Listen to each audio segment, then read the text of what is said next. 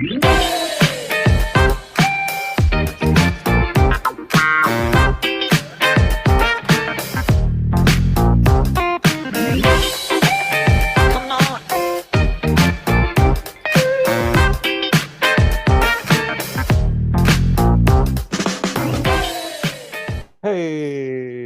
welcome to Do It Live, the Autonomy podcast. My name is Karl and this is Hannah Baker, my co-host. And we have an exciting show for you this week. And this is our first show together. So I'd like to welcome you all. And this week we will be covering techniques on ethical selling and not so ethical selling. We'll go over the most recent lecture, which was about turning pixels into profit. We'll examine how we joined Autonomy and how that sales process was for us, and how in our own businesses and ventures, we could use some of the techniques we've been learning for our own success and helping others as well. So one of the things I'm going to do is play a bunch of kind of YouTube-esque sales pitches, sort of like we saw in between the lecture segments, and we'll judge, one, is that technique ethical or cringeworthy, and what can we take from that or not take from that to our own business. And later on, we might even have some live role playing where you can pitch your idea, or you could just practice pitch autonomy to either me or Hannah, or with one another. So starting out, I think the best way to introduce ourselves, was how did we get into autonomy? And if you're brand new to this podcast, what the heck is autonomy? That's kind of a weird word. Does it mean we're learning to be automatons or autonomous? And the answer is we're learning to be independent and mutually beneficial. So as I said, my name's Karl. I actually work in the software design field called user experience. And I came to Autonomy after leaving Silicon Valley and going on my own for a few years, and having a lot of good ideas about business, but never having really learned how to sell myself and sell my services. And I've learned so much in these 10 weeks of Autonomy so far. And for just today's discussion alone will help me a lot. I think many of us who are not natural salespeople, but once you realize how sales is actually a normal human exchange of value for mutual benefit, it begins to become more comfortable and more natural. And then I think that's what's holding a lot of people, especially in this community, back. But Hannah, I'd like to hear from you. I met you through Autonomy, and I've always really enjoyed your contributions and your energy. But thank you. Could you tell us about where you came from and how you got to Autonomy? Yeah, thanks, Karl. That was a really great introduction. My name's Hannah. I live on the Southern Oregon coast. I've been practicing massage therapy here for the last 15 years. And for 14 of those years, I have been a referral-only business. And it's really interesting. When I started this part of the course in the sales, I was really curious how Rich was going to present how to do this. And I knew that it was around ethical framework. And that's really, really important to me in my business. And so I would say that this last week has been really, really eye-opening about, I didn't know that I was doing sales. I didn't know I was even doing sales.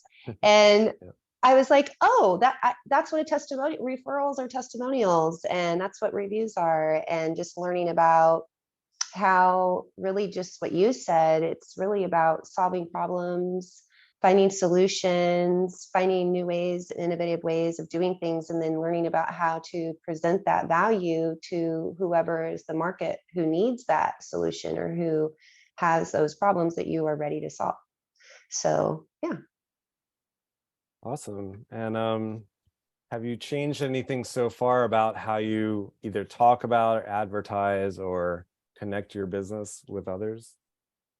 Yeah, and especially just even with my family, talking to my nieces and nephews and sharing with them about sales, I thought it was really fun to talk to the kids about what their idea of sales was. And I shared with them, yeah, that was what my idea was too. And then I just recently learned that it's actually really different than what I thought. And so I've been sharing that with some of my clients who are in sales as well. And we've had some really great discussions about it. My business right now, as far as massage therapy, like I said, I've kind of already been doing that in some ways, but with bringing this new business that I'm doing with the help of autonomy, everything I'm learning, I will definitely be practicing these tools throughout that. Nice. And on my end, I think I come from more of the product world, and everything I learned and everything I went to school with was about how to make a better product or a better service. A service to me is sort of just like a product that's alive. It usually has people operating it, but there's still a design around it and there's still a user experience that's created. But I always, at companies I'd work with people in marketing. I guess not often in sales. I mean, I was never at a sort of enterprise product with a sales team, but definitely the marketing team and the design team always seem to want to control the same avenues because we both touch the users. And I think learning all this material helped me understand that perspective as well, instead of thinking, well, because they're trying to make money, that's bad, and I'm trying to help people, that's good. It's like, well, it really is a skill, and if you want to get paid for your work, because that's how you exchange value, it makes sense to learn those skills. And Absolutely. what I wanted to do was sort of cover some recent slides, and we can talk about the most recent lecture, which was last night. Okay. But this is actually an older slide that really, I think, if you're new to autonomy or wondering what it is, it's almost the complete opposite of schooling, where many of us grow up and we went to school and there's predefined grade levels and predefined content, and it's all designed to turn you into sort of like a widget, right? To put in a big cog machine and have a predictable outcome. Whereas Yeah. autonomy is teaching you how to learn and how to solve problems. And it's almost like, instead of convergent, where you have a fixed goal and you're just going towards it, it's divergent, where you're creating and discovering new opportunities and new ways of solving problems. And to me, that's what makes you autonomous, is you don't need that external authority or system to tell you what to do, or sort of cooperate in a predefined way. You can work with who you want to work with mutually defined outcomes in the Yeah. way you feel is best. Yes. And it really does apply to like every area of our lives, right? Like whether it's whether it's the medical field, whether it's technology, whatever it is, like whether it's massage therapy, these things apply to our relationships, like these things that we're learning about how to just make real connections so that you can really understand what people's needs are. And if you can't help them meet their needs, then maybe you know somebody who can, and that's how we have civilization, is helping each other and collaborating and being able to understand, have the skills, the thinking skills, understanding the process of how to solve problems. That is the key to creating road systems, bridges, buildings, medical systems, all of those things. Right. And especially in the freedom community, we're always talking about, I want to say collective action. I don't know if there's a right word, but how do you get people to cooperate effectively to create solutions that benefit everyone? It's kind of like, that's why we Yes. ended up with government, but then because everyone abdicates their internal sovereignty, autonomy, and responsibility, then the government ends up telling everyone what to do. And of course, it's kind of dumb because it's a bureaucracy. There's not a living human mind and heart behind it. It's just, it's almost like that giant cog machine. And in And school, you don't really learn to be responsible and accountable in the same way when if you expect yourself, instead of expecting someone else to find a solution for you, like go to a specialist, whatever, if you have learned that you can learn anything and you place a better expectation on yourself in the sense of like just knowing that you can learn anything, when trying to solve issues in a community or in a society, then you can understand why your voice is important, instead of just expecting someone else to have the knowledge or understanding. that's a really good point, because we might feel, oh, I didn't major in this field, so I can never learn it. But, college is only a couple years. I mean, it's 4 years, but then your concentration's only a couple years. And that's, that's a few books and tests. And then you have the whole rest of your life. It's like, wait a minute, you could learn anything, and you don't need 10,000 hours. You need something like 20 to 100 hours. And Yeah. you don't have to self-identify with, well, I'm only good at this. I can only learn this because that's what I grew up learning. Yeah. And then when you couple that with what we're learning in sales and ethics, in communication and in problem solving, if you take that, like, oh, now I know how to learn anything through the trivia method or whatever, input processing, all that, versus also, or not versus, but bridging that with, now I also know how to problem solve. I can learn anything and I can problem solve. Now you can start any kind of business. Yeah, and I think this is exactly why it says autonomy is income-based education. Well, it's like you need income because if you have a way to generate money, and that's not often discussed in school, even business programs don't really talk about selling and making money. It's like all that information's kind of hidden away in the old boys clubs and then these YouTube sensations. But if you can control your ability to make income, that does make you autonomous, because you now have control over your own life and what you're spending resources on. Yes. And that ties right into why you should learn how to sell, because selling doesn't mean it doesn't mean forcing someone to buy. It means helping someone find value in something you have to offer. And I took Yes. this other slide, I think it was from last week. And, this one simple equation blew my mind, because like I said, I've only been looking at product or service.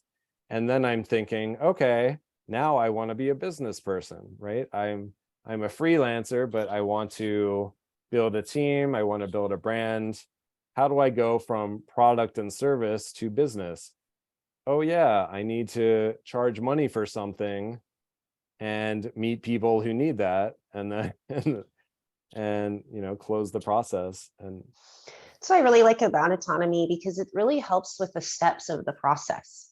Like I've literally been starting a business right along taking this course, and it has been so helpful. Everything from more of like the mastermind group, meeting weekly with people that are helping me achieve my goals, who understand what's going on in a more small setting, to this right here. Everything that we're doing is teaching me all these different layers of business. And then to bring in the sales piece, that problem solving, the solutions, the service. I mean, it's just been perfect timing for me in getting things going and getting things done and feeling good about it. so I have a bunch of videos, and I think this is a good time for the first one, because I think especially in the areas I come from, which are more left brain, like engineer types, where we don't build people skills, but eventually you have to sell, and someone tells you to make a bunch of phone calls. I think this is a great example of what a newbie salesperson might think they should be doing. And let's just all watch this little skit. This is Gene. Hi, Gene. It's Steve from Synthesource Software. How are you? We're the worldwide I'm leader. fine. Good, good. Love to describe our new platform and get you onboarded. It's a great opportunity. Okay, for you. I got 30 seconds. Go ahead. Okay. Well, basically, it's a drag and drop. It's a drag and drop data system. Is it okay if I go 35? No, just Go just ahead. play with you. All right. It doesn't sound like anything that I would understand or know about or care about. No, I think you'll actually be caring about it quite a bit. maybe too much at some points. I've felt in my life. If you ask my wife. A, we don't have time to meet really with outside salespeople, and B, I don't even know where you're located, but. Well, how about C? I know where you're located, and this takes so little time, but hey, little time is still time at all, right? So I know that you have less time on. Okay, why don't I get back to you? You can leave me your number. Perfect. Okay, it's 212.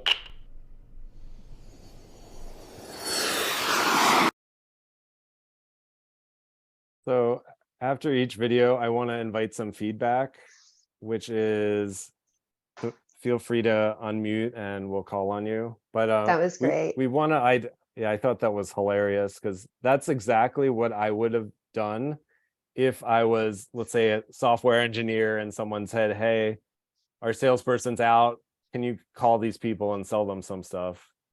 So my question is, if we have a volunteer, what did that person do right or wrong? What's the common mistake that's occurring with this type of mindset? Hey guys. I'm actually still figuring out how to view the window, right? So Hannah, do you have an answer? Ooh, who is that? No, don't apologize. Is that Jane? Hi, Hey. Hey, Jane. do you want us to raise our hands when we want to say something? What works for you guys? Just chime in. Okay. Well, I think this is pretty much how a lot of companies actually deal with, they'll either give you a script or they'll just, if they think you have experience, they'll just go and say, make it happen. And they'll tell you how much your quota is and how much you have to do. Sorry about that. And so throughout the years, I've experienced that. But it's sort of like, when somebody says they've got 30 seconds, that's because they know that they're in control of the conversation and you haven't even been able to even ask them any questions. But that's the one thing in sales. They don't teach you how to ask questions. Thank you, Jane. Yeah, that's such a really good share, Jane. I imagine like there's a lot of people daily who are just thrown out into like a pit and like fight for yourself. Does anyone have a cringe sales story like that where someone called them up and it was totally obvious you weren't interested and they just kept talking?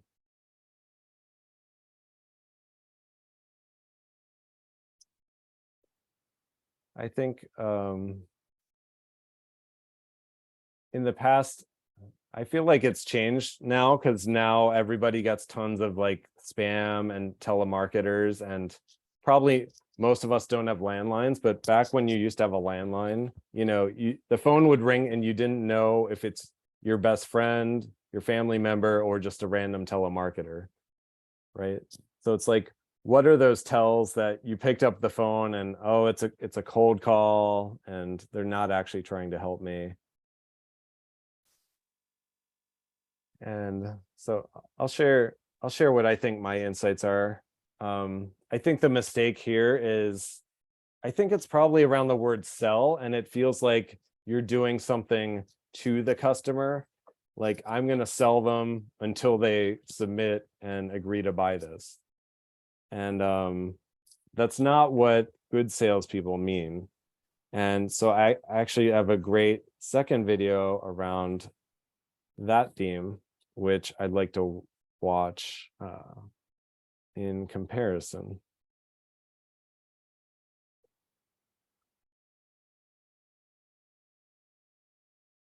All right. I want to tell you about the most powerful sales tactic that I have learned. I never learned it from a book. I actually learned it by accident, and it will be included in the $100 million sales book when it comes out. And so you heard it here first, but it's a concept that you can do as a salesperson to gain trust. And I stumbled into this. I ended up selling 100% of people after I made this one switch in how I sold. And I was able to teach it to people who had never sold before, and they were able to close 80-90% of people who were coming in the door. Mind you, this is a retail environment selling physical products. So rewind the clock. I was was selling supplements at my gym, and the way that we would sell supplements is that we'd sell some sort of service package, and then we'd do a nutrition orientation. When they came for the nutrition orientation, we'd actually, set them up with their meal plans, and then we'd make recommendations for products. Now, normally I would sell pretty well, but still, I always wanted to sell more and get better. We'd killed this launch for like a new challenge or something, and we had 100 new customers that were supposed to come in, and I ran out one of the key products. I had ladies come in the first half of the day and able to get the products, and then some of their friends who signed up with them came in the second half of the day and were like, hey, my friend Sandy told me that I need X, Y, and Z, and I was like, oh, we don't have Z anymore. And it was like really awkward, and I was like, shit. A lady came in, and so rather than me try and skirt around this clear item that was on the list that I didn't have, I said, hey, by the way, you can get this one for cheaper down the street at Costco. So like, you don't need to get this one from me. Like, this one's a little better, but I think it'll get the job done. You can get this one after you're done the program. And they were like, oh, thanks. Like, that was cool. After I made that one cross out, I was like, but you do want this and this from us. And they're like, okay, cool. As soon as I made that switch from saying, hey, you don't need to buy this one, you can get that from over there, everyone bought what I recommended afterwards. And I was like, whoa. And so then I leaned into that and was like, I wonder if I could do more of that so I could sell even more on the backside. So then I had 2 products that I was like, hey, you can get this and this over here, get this brand. It should be at this price. You can go get it. It'll save you 10 or 20 bucks. And they were like, wow, even better. And then I remember I looked at my list and there was, a lady there, and it was like a mass gainer, and she obviously wasn't trying to gain mass. And so I was like, you're not trying to gain mass, are you? And she's like, no. I was like, you can just cross that out. Go ahead. You don't need to worry about that. And so I gave her a recommendation of 2 things that you could get for cheaper. And then I said, you don't need to worry about this. And then when I said, hey, like, I need you to take 2 of these in the morning next to this, take 3 of these, take them next to this, put this in your car so you always have it with you, I closed everyone. What that gave birth to was something that I used to call sacrificial lambs, but now call ghost products because it sounds better. But I ended up over time not even carrying the products that I had on there that I was recommending out, because they were so powerful as a sales tool for me to gain trust from the other person. This is an incredibly, incredibly powerful tactic. And like all persuasion, the difference between manipulation and help is intention. And so if you want to help someone, you are manipulating them, but you're just doing it in a positive intent. Now, and if you change someone's behavior and you have negative intent, you are manipulating them. If you believe in the stuff that you sell, you can create an environment where someone will trust you faster by giving them a reason to trust you. And so that means that you acted in their self-interest rather than your own, so that they can feel like you're not trying to take advantage of them. Now, if you know that they need this stuff, but they don't yet know that they need the stuff, then you can make a concession using a ghost product or using a sacrificial lamb so that you can gain the trust faster. And so Okay, so 2 things. That video was related to what I wanted to share. It was actually a slightly different one, but what Alex covered there was about gaining trust and about almost making a personal sacrifice before you ask them to do something. And so what I'd like some feedback on is he talked about intention. Well, if you intend to help your prospects, is it okay that you sort of have these little white lies of products that don't really exist because it helps buy-in and helps trust? What do you guys think about that? I think it's the first time I've seen Hormozy go to a gray area.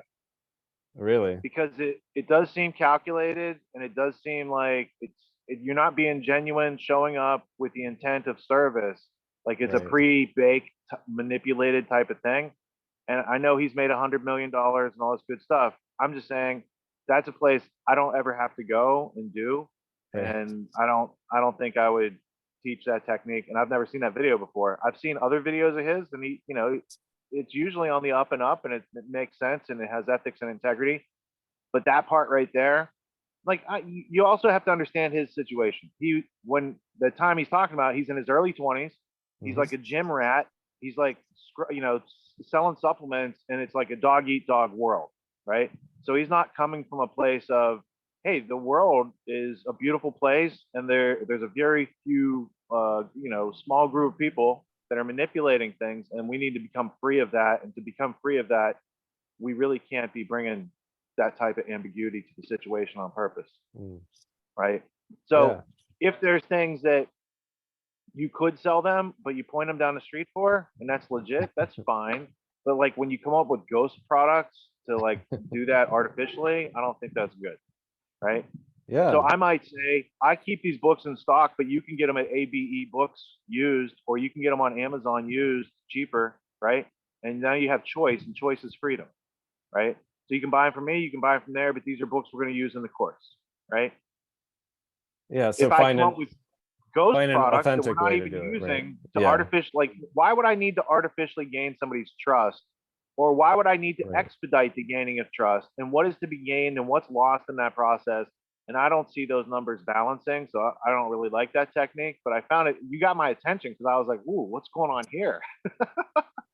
Right. And then he posts a video about how he doesn't actually have the products he puts on his website. So it's like, Yeah, that's another thing. I don't think you should be selling stuff that you don't have unless you're taking pre-orders to make something custom for a group of people to their exact specifications, which is actually a good business practice, right? So there's a fine line between such things. It is smart to make your offer, do some pre-sales, and if it doesn't work out in engineering, you give the money back, right? They do a lot of startups like that. Like I was just looking at a startup, Laser Pecker 4. It's a laser engraver, and it's done by like fundraising. Each time they make an iteration, they go out and do like a GoFundMe, right? So there's legit ways to do it, and there's that way that he just showed you where you have ghost products and sacks. So what I sense there is that seems like snazzy packaging and marketing for some stuff that's not really like the most refined, but that's like early user, like that stuff he made up in his 20s. He's not a sales, first the history and evolution of sales as an art form, right? He's not learning that in the gym back then, right? So like he's just grinding, and he found, oh, if we do this, we build trust faster and we can sell more gym memberships, right? Well, let's play that out in a relationship, because if you're doing business, it's about relationships and long term. And you don't need to artificially build trust quickly up front, because it's just going to crumble after 3 weeks or 3 months. And that's you should learn that early in your business career. And my biggest disagreement with that technique is he's very influential, and he's teaching it now to millions of people to go do that thing because they don't know a better way. And you're not going to probably get a better way from watching free YouTube videos. Thank you, Richard. Yeah, it sounded like he stumbled upon it innocently, but then, and when you are coming up, you kind of take what you can get. But then to formalize it and then teach it, it sounds like he just needs a bunch of sales hacks to put into a book or program to get more clicks, views, and sales. So now he's spreading it, and that's a whole different level. So one way that Don't somebody could do it. Don't throw the baby out with the bathwater. Usually Hormozy's a good teacher on such things. I think like he keeps it real, right? So it's the message and the messenger. Let's put the messenger aside. Is that message something we want to carry around and spread to others and use in our daily work? I would say no. And unless you come up with a really good reason, I'd probably hold on to no for a while. Yeah. And then, an example of just, as far as like making a sacrifice, like that could be turned around. Like, if somebody called me for massage therapy and they asked me my price list and that didn't work for them, I would ask them about other things that they could maybe do besides massage. And, have you ever purchased a massage tool? Have you ever soaked your feet in a nice massage, little foot bath? You could even use a bucket. Like, what else can they do besides massage? If they don't like your pricing, you could just simply say, what are you used to paying? And then once they tell you that, you say, what do you get for that price? You might be comparing apples to oranges. You have an hour long, you do this thing, and there's a preparation, and this other person's just like showing up and doing this thing for 20 minutes. It's not the same thing. So now if you wanted to cater to that and say, well, I can offer you a lesser service for that price, and it fits, good. And if not, that's not really a customer for you, and you move on quickly. I think that's really good advice for massage therapists, Rich. I did want to say, granted everyone else went first for that yeah, his whole thing on the intentionality thing seemed like a rationalization to convince himself he wasn't manipulating people. Like that's really what it sounded like when I heard that. That's immediately what it sounded like to me. But it also reminded me of a story that I heard from a friend who was in Australia who knew a lady. I cannot remember what her business was, but she would what's it called? She would find she had to keep sending people to other places because she couldn't do what these people wanted to do. And she had a comment at one point like, well, I can't keep doing this because if I do this, I go out of business. And so in her mind, it was it meant, well, then I have to just say I can do it. Like basically she felt she was in a cutthroat situation where if she just didn't say yes, then she would just lose all her money. Obviously in autonomy, you'd be taught more like, well, then you have to figure out how to do that thing, and then you wouldn't have that problem anymore. But that's another thing it reminded me of, is as if he was doing the same thing, or that's how he came up with this, was the same situation of, well, I don't have this thing anymore, so I'll just come up with this other thing. But yeah, more than anything, it just sounded like he was rationalizing to himself. That's an astute observation, because it is a crutch or a cane that he was using. He didn't know how to rapidly and consistently build trust in an honest way using genuine listening and service skills, right? And in place of that, like maybe he could do it 6 out of 10 times, but he could do it 9 out of 10 times with the sacrificial product or the ghost product or whatever, right? So sometimes, like, I would recommend all the time, skills, practice, research, and just doing the thing is going to offer you better results than trying to take one of those shortcuts to say, here's how I can get 2 more sales a month. It's like, I can show you 10 ethical ways to get 2 more sales a month. I wouldn't do that thing right there, right? Because that's what it comes down to. You know, if you have a problem, it comes down to how many more sales a month do you need. You got to take your offer and go to market, right? Same thing when you're in a commission situation. You have a quota. You have to crank out those numbers, otherwise you get fired. And how do you get your closing rate higher? Maybe just a simple follow-up with everybody who says no to you. Hey, can you give me an idea? I'm trying to improve my job, how I can improve. Why did you say no? I'm not pressuring you to say yes. I just want to do the next job better and serve the next person better. They'll just tell you. You don't need a sacrificial product or a ghost product to do that, right? But Hormozy never had a mentor. And so he's like self-made. He didn't have somebody who knew how to do it right and do it ethically to teach him, for him to go teach others. So he kind of just was a grinder, and he figured out some things like franchising and licensing. That's what he really figured out. And if you guys want to get into his advanced studies and figured out how he made his 100 million, he figured out how to, like, not even, like, franchise is expensive. You have to buy the location, and you're in it for a whole lot. Licensing says, I have a system and you can go apply it, like at your home school, right? So there's people that have a school in Florida, and I think they should be licensing their model and just have some like approval and some checklists and some legal guidance and these sort of things, and they could spread rapidly, right? Franchising is a much lower spread rate. So the licensing, they're paying you monthly, just like a franchise, but it's just like you're doing less work and you can crank out more revenue. So he has figured out some smart stuff. What was in that video right there, I think that was one of the best selections of, like, it's subtle cringe. Like when I show you guys stuff in the course, it's like major cringe. It's very easy to recognize what's going on, right? Right there is like, I was having like, I had to fine tune my discernment because I like Alex and I take a lot of good information from him. But right there, like my Geiger counter was going wacky. I was like, wait, this is radioactive. What's going on here? You know, why is Karl playing this? Oh, this is a bad example. Okay. So I was coming along too, just like the rest of you, with that realization of, wait a minute, as soon as he's like ghost product and sacrificial and he started doing it on purpose, I was like, cringe, cringe, cringe. So this is an excellent example of like the nuance between, you know, self-interest and serving others. And you have to have a balance for both. The part where you start like using your knowledge to undermine their situation is the part where you're on a slippery slope and get back to flat ground. Thanks, Richard. I really like that you called out that all these crutches and shortcuts are just from a lack of having proper sales skills and ethics, and maybe just a bit more energy or intention towards doing things the right way. And they probably do become more viral because you can kind of be lazier at them and you don't see the detriment until it's kind of too late, you know, so you've kind of burned some of your bridges.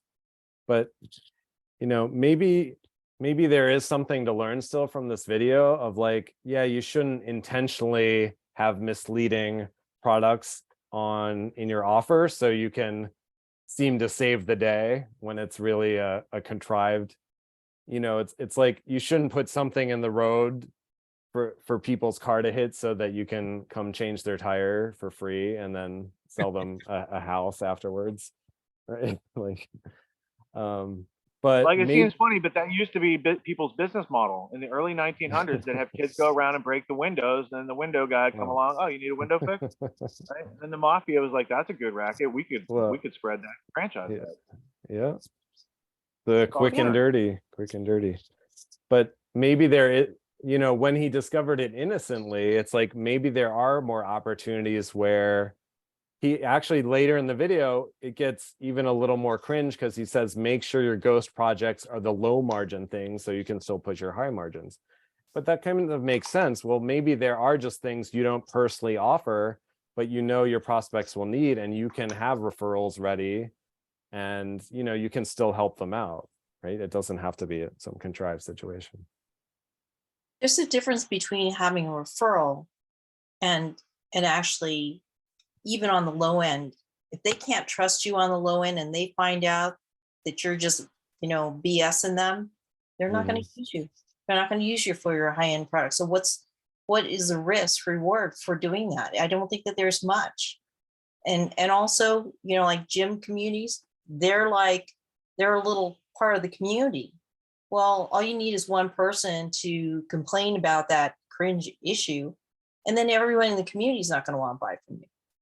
You know, that is why if you look at the nutraceutical products that have come out, at first it was sort of like just a simple multiple vitamin. Then when did they start going into the other things? We had Linus Pauling, and we had a bunch of other doctors that were talking about different theories as far as how to use vitamins to avoid disease.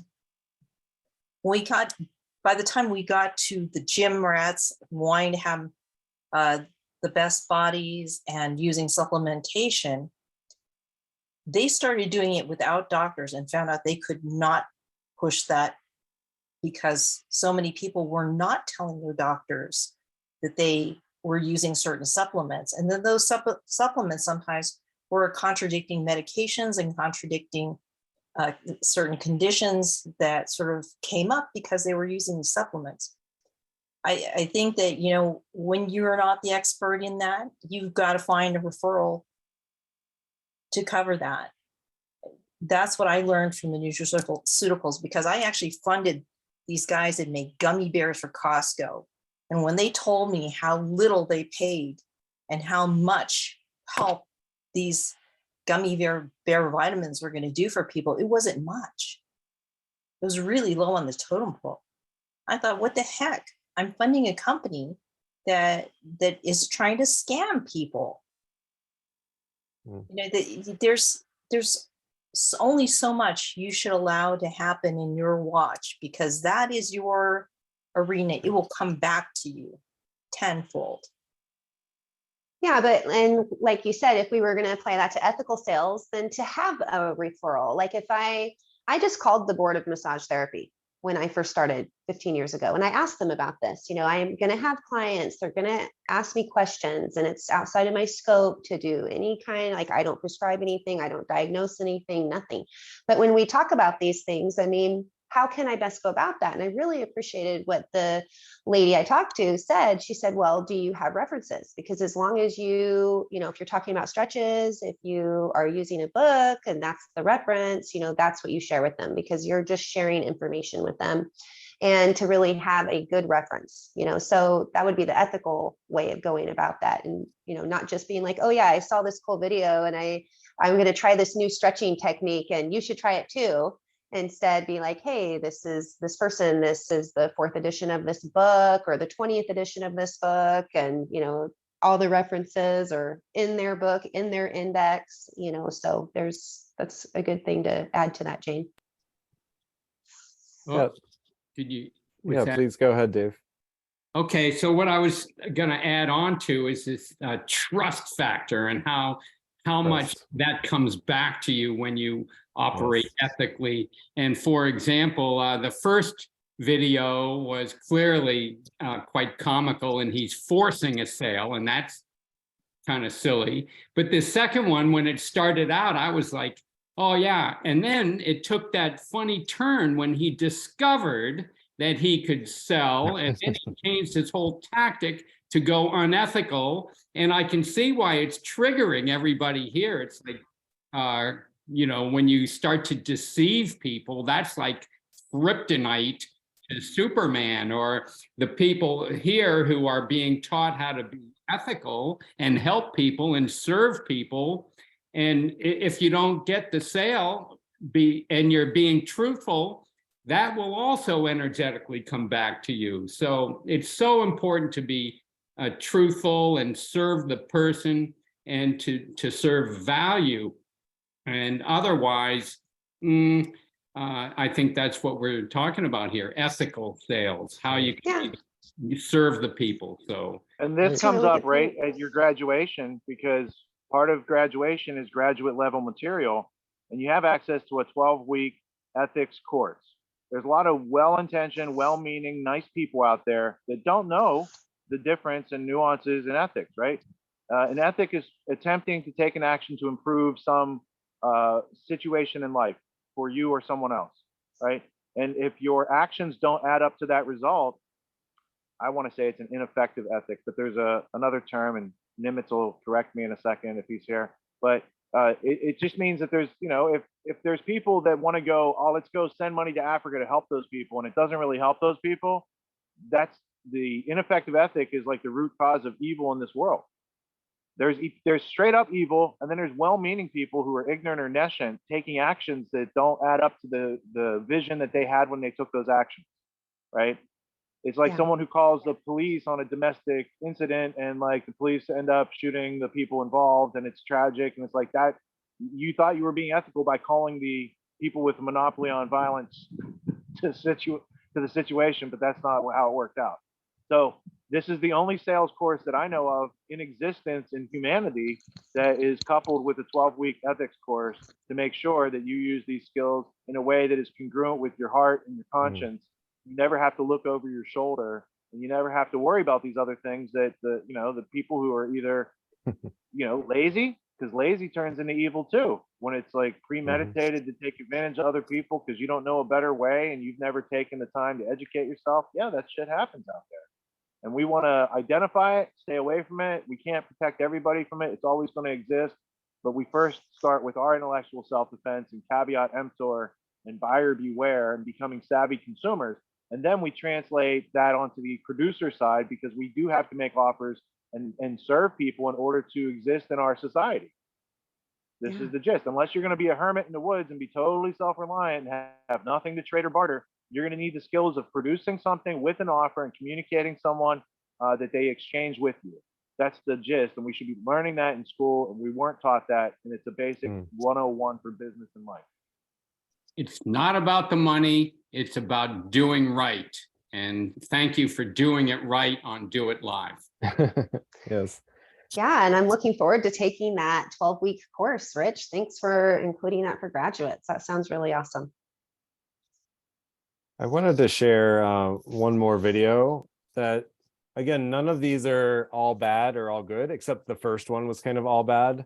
But it's like, I think what happens, it's like you'll find a technique that works, right? And it's like, what if you tried something you thought was ethical and it's not working? And so let's set a scenario for this video. Let's say you have a website with a single offer and you're getting just enough sales and it's a good offer, but you're trying to figure out how to reframe it or advertise it better so it connects more. So let's check out this Dan Lok video. And I kind of like Dan Lok, but of course we don't agree with every technique everyone has. So let's look at the techniques. Would you like to convince more of your customers to buy more from you more often? Today I'm going to teach you a simple but powerful sales technique that's been proven to work in my various companies. It is very simple, something that you can apply today.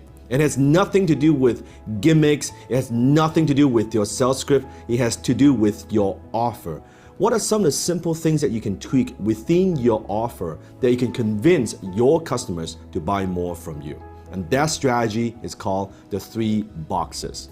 Now I want you to think about this when you are selling your product or service, that you have one choice, you have one option. When someone looks at your offer, all they could think, all the consumers can think is, do I want to buy this or do I not want to buy this? So it is a yes or no response. So now they're thinking, okay, can I afford this? Do I have the budget for this? They are focusing on price.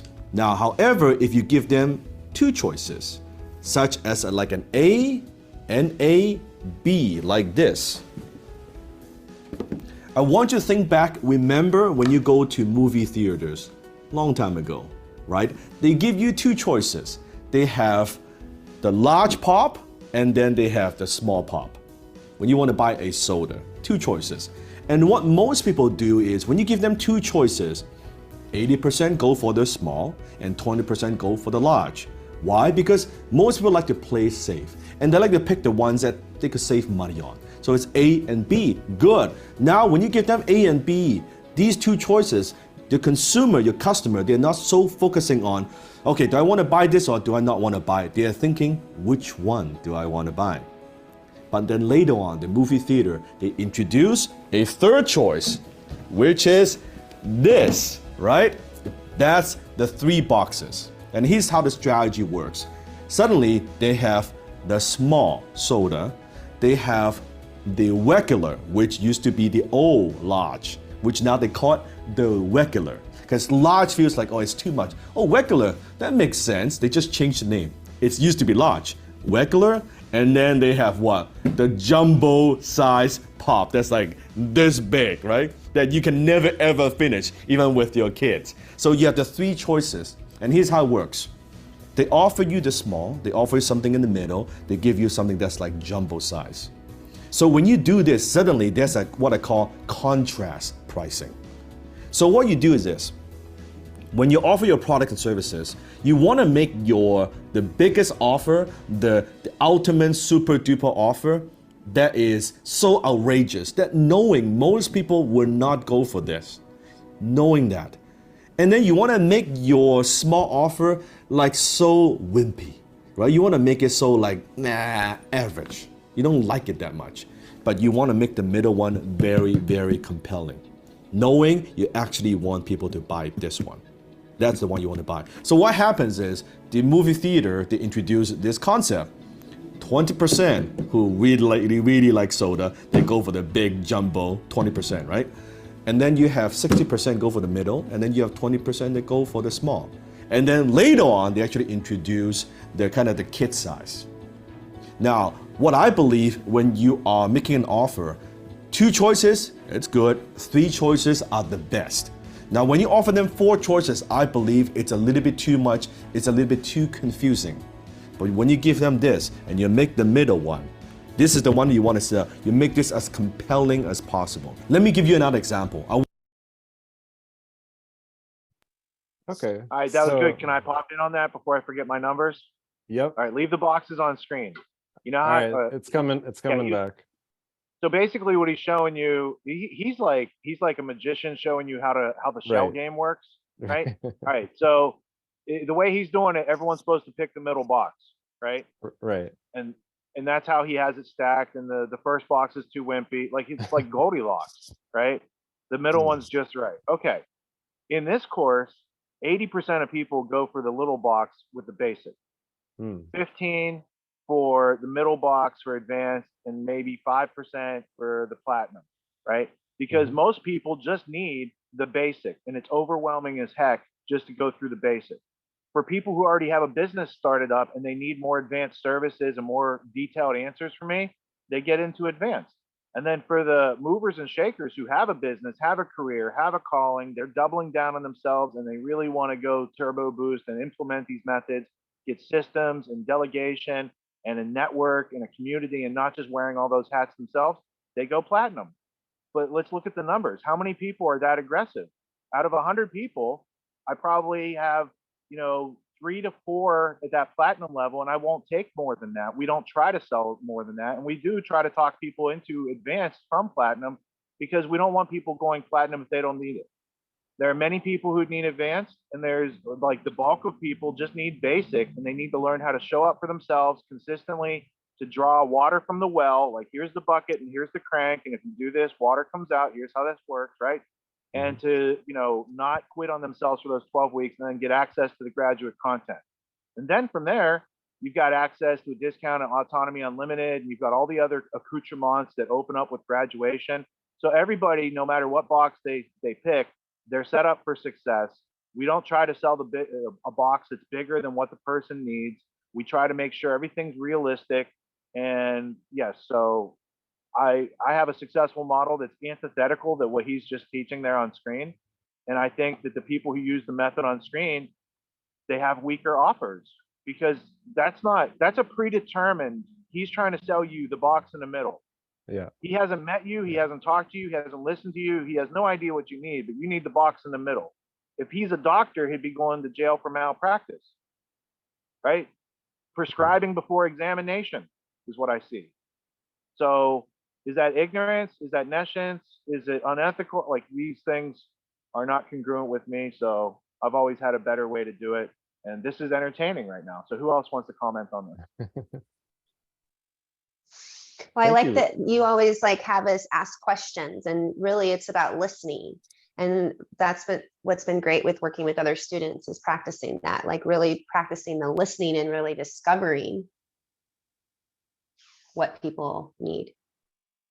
Also, what I appreciate is, like with the last video, this is, I think, so what I appreciate also most in autonomy is this discerning information and looking at it and seeing what is the information showing us, and discerning it from the person, looking at it with some critical thought. And we can even watch something which is cringe and notice, yeah, this is not in line with what our ethics are or why we joined autonomy. And it's good to see that it resonates with everyone here, that that we see the similar kind of pattern. Yeah. Thank you, Sam. And I wanted to touch on what Richard said. And also in my experience, it's like I have learned when I pitch as a consultant, if I come up with 3 options for how they can work with me, because maybe I haven't qualified their exact budget, or they aren't sure how to formulate what they need. So if I give them 3 different packages, all of which are valuable, but obviously less people tend to pick the most expensive package. But I think what Dan did wrong is he admitted that the biggest one is too big and the smallest one is too small. It's like, you want to go to the movies and get the size of soda that matches how thirsty you are, right? You don't want to be tricked into buying a larger soda because it looks like a better deal when compared with a too small soda and a too big soda. So something that interests me is, how can we take these techniques? Because I think there is some valid psychology. In the last one, it's, you kind of help with the ghost product, like when you formalize it, now you're kind of exploiting a need on purpose. But when you do find opportunities and help the customer out of your own goodwill, like that's effective selling. And in this case, having multiple packages can be more effective selling, but that doesn't mean you should contrive fake offers to funnel people towards the one you want. So, I wonder if all these cringe things can just be done in a better way with a bit more intention behind it. Well, did you notice his example though? He's talking about soda and popcorn versus a quality product like Autonomy. Mm-hmm. Because you can actually make a case for each and every one of the packages if you're talking about Autonomy. Yeah. It's a skill set. You're basing it on the people that you're trying to attract. And if you take the first package, how do you know that that person is going to be, they're going to get to a certain point? They're still going to be hungry. They might want to bump it up to the next package and then up to the next package, depending on if you've taught them well in the first package, they may need the next one or the next one. You know what I'm saying? But when you come to commodity products, we're talking about a totally different game, because like a movie theater, I work for a concessions company. So basically how we did it, we did 300 over the price, including calculating the products that we needed, the cleaners that we need to clean up, the people that we would need per hour. we would figure out what that baseline is. Then we would try to figure out, okay, how many ounces? How many ounces do we want to put out there? And then we tried to figure out what kind of yield do we need? And that's how we decide the price. Because we were looking for a certain dollar amount for a certain amount of product. So it's different in the sense that we have something of far more value than popcorn and soda. And a lot of people may try to package things that are more like a popcorn and soda thing, but it's actually not, it's not even equivalent. You know what I mean? Yeah, the value. The value is you have a high value product, you sell it far differently than you would do a commodity product. And in general, when I looked at businesses, what they were the most afraid of in tech was becoming a commodity. Once you become a commodity, then you don't have that power to negotiate new pricing. You don't have anything to lift you up to the next end. So, we have to show that we have value when we're doing sales, because that is something that they can't say, if I went to Walmart, it would be this much. If I went to Albertsons, it would be this much. It's not the same thing. It's almost apples and oranges, right? Yeah, when you're talking about true value of service versus the commodity. I'm really glad you point this out, Jane. And Karl, I think so you linked the two videos really well, because it comes down again to intention. It should be, what does the person want and need? Now, let's say, if you're in the cinema, you would want some popcorn, and it should be the size you want to choose and not predetermined. Thank you, Sam. I just had a quick insight, then I'll let you go, Mike. Okay.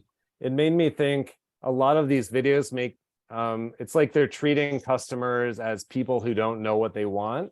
And so you need to decide for them, and you figure out what you want to sell them, and then just kind of make them feel good about buying it. And it's like, yes, you can sell some things that way, but especially not high quality things, and not especially ethical things. Maybe it's really just more commodity things that you get roped into that. And what do you think, Mike? I just witnessed a webinar on what they called sweet spot pricing, and they had 3 models, and essentially I think there's another consideration, and that is what offers are you willing to make? Because you understand that there are different situations that come about, but what are the circumstances that you're willing to provide services? So being able to have a low end product that you feel good about is something to consider. But then also there's that opportunity to really gauge the value that you're bringing to the table, and then also offer new products and services, or better products and services that that are on the high end but deliver like long-term value. I know I worked with I partnered with a business, a HVAC business, where you've got situations where people, hey, they just need air conditioning. They've got a crappy air conditioning system, and they just want to get air conditioning. But then there are other people that want they want high quality air. They want specific kind of zones where they're maybe they're Air balancing. Yeah, they need that air balancing, or maybe they've got a child that has like asthma or something like that. And so that particular room, they need, additional filters or IR lights, or, there's a lot of different products that can offer different environmental controls that really can improve your situation and deal with particular circumstances that you have. But being able to know what those are, and then having that offer available for them, it can create the kind of value that's just, it's priceless. When it comes to like people's health and stuff like that, that type of value can be incredibly life changing. And for like an HVAC company to be able to offer, your health, well, that's a whole different, that most people don't even consider that, but that's a possibility. Yeah, I like what you said about sweet spots, right? It's not just about making one offer look appealing by contrast to two bad offers, but like you and Richard and others said, it's about understanding the market and your customer segments, and different customer segments have different needs, and crafting the right offer for each of those to meet each of those needs.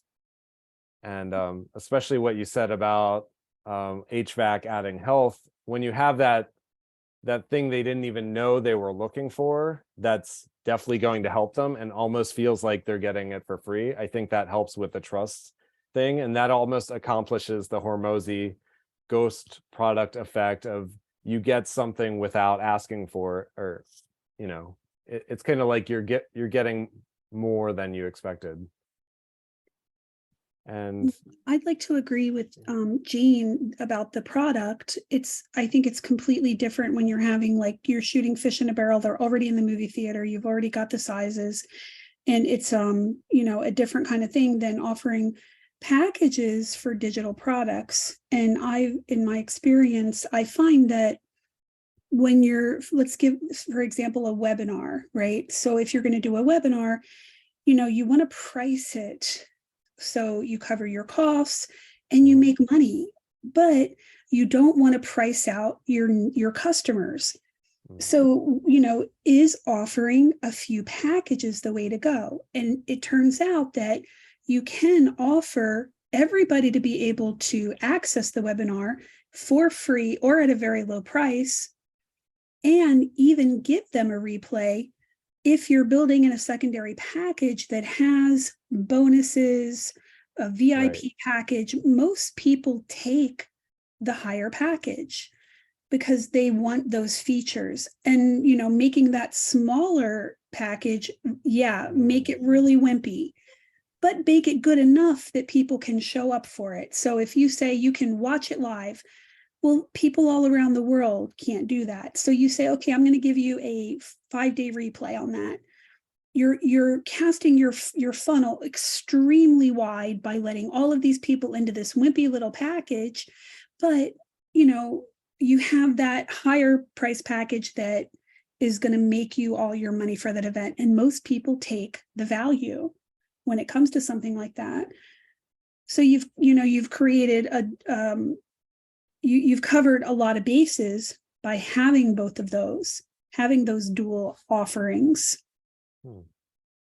And also it is in the model, that is the model. You think about the mindset course, that's like the small package, right? That's the tiny package. But autonomy is the big package. And then the platinum is the jumbo package. So it does somewhat have the same psychology behind it to some degree. Yeah, and it was useful. I was in the mindset course, and it really helped me to make my decision to really understand the value that I was going to get in autonomy by having that experience. I never had even had a Zoom meeting like that before and like talked to people before. So it helped me to understand the value of that bigger package by being able to have the opportunity to take that little small course. I wanted to comment on what Leah said. I think people online, it's like they expect everything free. So it's like if you give them a free package, but it's just that commodity, okay, you get the live stream, and I like that they even feel like they're getting something extra, like a few days replay in case their time zone doesn't fit for the live show, because it's probably not a large marginal cost for you to offer that. And you get two benefits. You get people who wouldn't have tuned in had there been a cost, either for interest reasons or for financial reasons. So you're growing your audience. And the second reason might go back to this 3 boxes psychology, where because people expect things for free, if they go to your site and they see, oh, there's a free option, they keep reading, right? if you go to a site and the first thing you see is $60 for a webinar, maybe you actually would have paid that if you understand all the content and all the bonuses you'd get. But it's almost like having a flight with only first class seating. You know, like some people do want to pay for that, but you want to know that it's almost like, for some reason, paying for digital things, people don't, because it's not material. I think maybe the psychology might apply here, and you could argue in an ethical way of like, you don't drive them off by saying, you know, we need your car, we need all this money up front, but you say, hey, you can watch free. And then while they're reading about what they get for free, some percentage of them, enough to support the business, is learning about the bonuses and then, you know, opts into that. But the free package is still useful, and then the VIP package is still useful. Well, But and also the free package is a way to collect emails. So Right. you're creating this entire new pool of people to market to every single time you have an offer like that. And that's a model a lot of conferences are using in the freedom movement. They're having just free conferences because they're getting tens of thousands of people on their email list to be able to make those offers to with those bigger packages and get people interested in being in their communities. Yeah, the whole digital asset thing, if I can jump in here on that, it reminds me, there is a lecture, I think it was, at least an interview from 2013 that was talking about, and this was in regards to, I think it was art and books and things of that nature in particular, but it was a general digital assets thing, talking about how people are, because it's so easy to copy things that are digital, this has created this whole market issue of, it's too easy to steal stuff, so it's costing certain companies and you know, individual stuff a lot of money, and therefore the reaction has been what this one lecturer thinks is probably a bad thing, which is, well, we need more DRM, we need more ways of locking it down so it's harder and harder and harder to steal.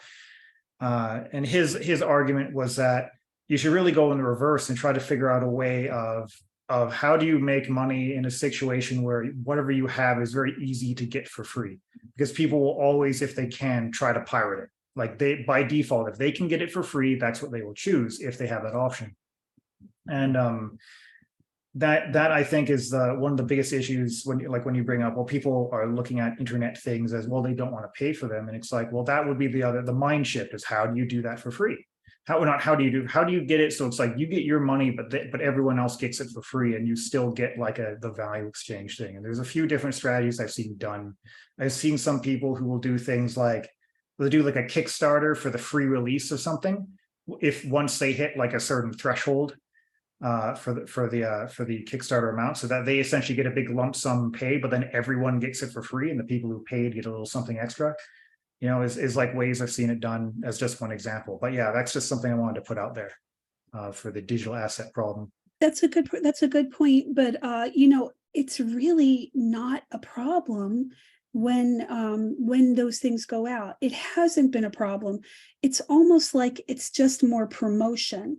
You know, if somebody, say we're, you know, having a live stream and it costs $20 to watch it, and the live stream is over and people can watch it for a few days, and somebody rips it and they put it up on some other channel. It's really, but if you go to my website and I'm offering you to get that as a digital download, right? Most people who want it, who really want to watch it or have it, will go ahead and just buy that high quality digital download. It doesn't seem to have that big of an impact on these type of events and the way that they go out. I've seen it a million times, and it's a non problem for conferences and live events. It would seem, you know, it may be different for other types of digital products that are out there, you know, if that's all you're selling, if you don't have any other kind of promotions tied into it, I could see that. But, you know, fortunately, it just seems to be more promotion for digital events.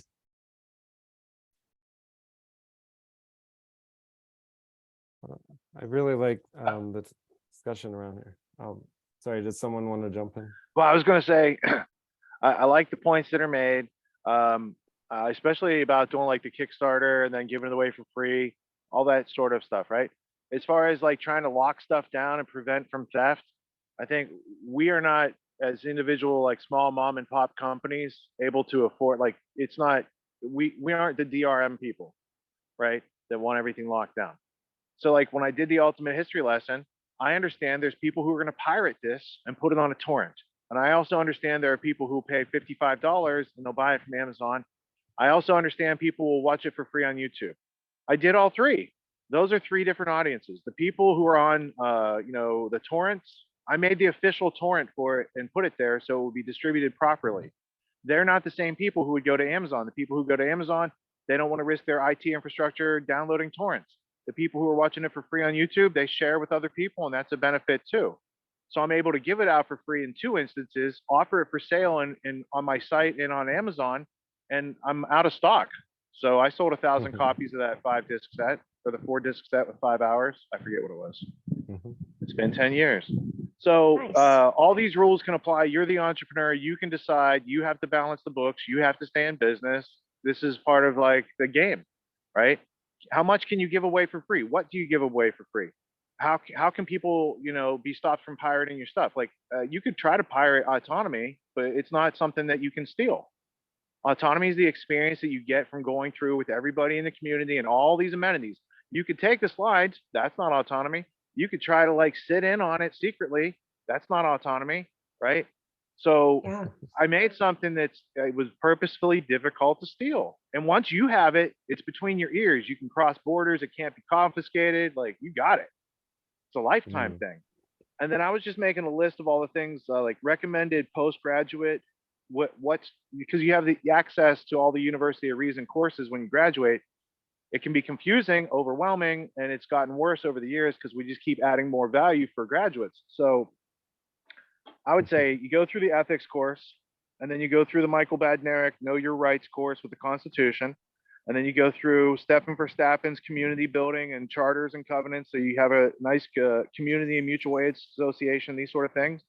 You take the critical thinking course, you take the wealth building, investing, and budgeting course, and then you take the philosophy course. And that's probably like a good next year of study, and it's included with graduation, right? So you guys got lots of bonuses for that lifetime enrollment that was, a big challenge a couple months ago, and now seems to be really paying off. Yes. And it's so applicable. Everything that you just said, it was like, if I wanted to create something for my kid, you were just checking all the boxes. Boop, boop, boop, boop. Here's how to be an entrepreneur. Here's how to be self-sufficient. Here's how to be autonomous. So thank you so much. Yeah, so parents can lead by example. Yes, Yeah, indeed. definitely. I think the cool thing about autonomy, what I just got from Richard's spiel is like autonomy isn't just some slides or a course or even a community. It's like something that lives inside you that you take with you. It's like something awakened in us that can't be pirated. But two, it is a lifetime, it's basically a lifetime course. Like from the description, it sounds like you get your education and you graduate, but then there's postgraduate studies. And once you get to Agnieszka's level, there's PhD level studies even. So, it's like always over delivering. Another way to build that trust.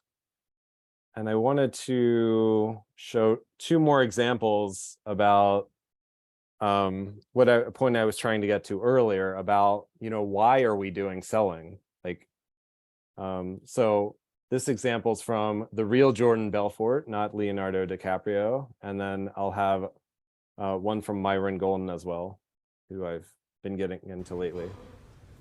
Hello, Mr. Belfort. Thank you so much for being here. I have one question, and I'm a huge fan of your film, so this just comes quite naturally. Can you please sell me this pen?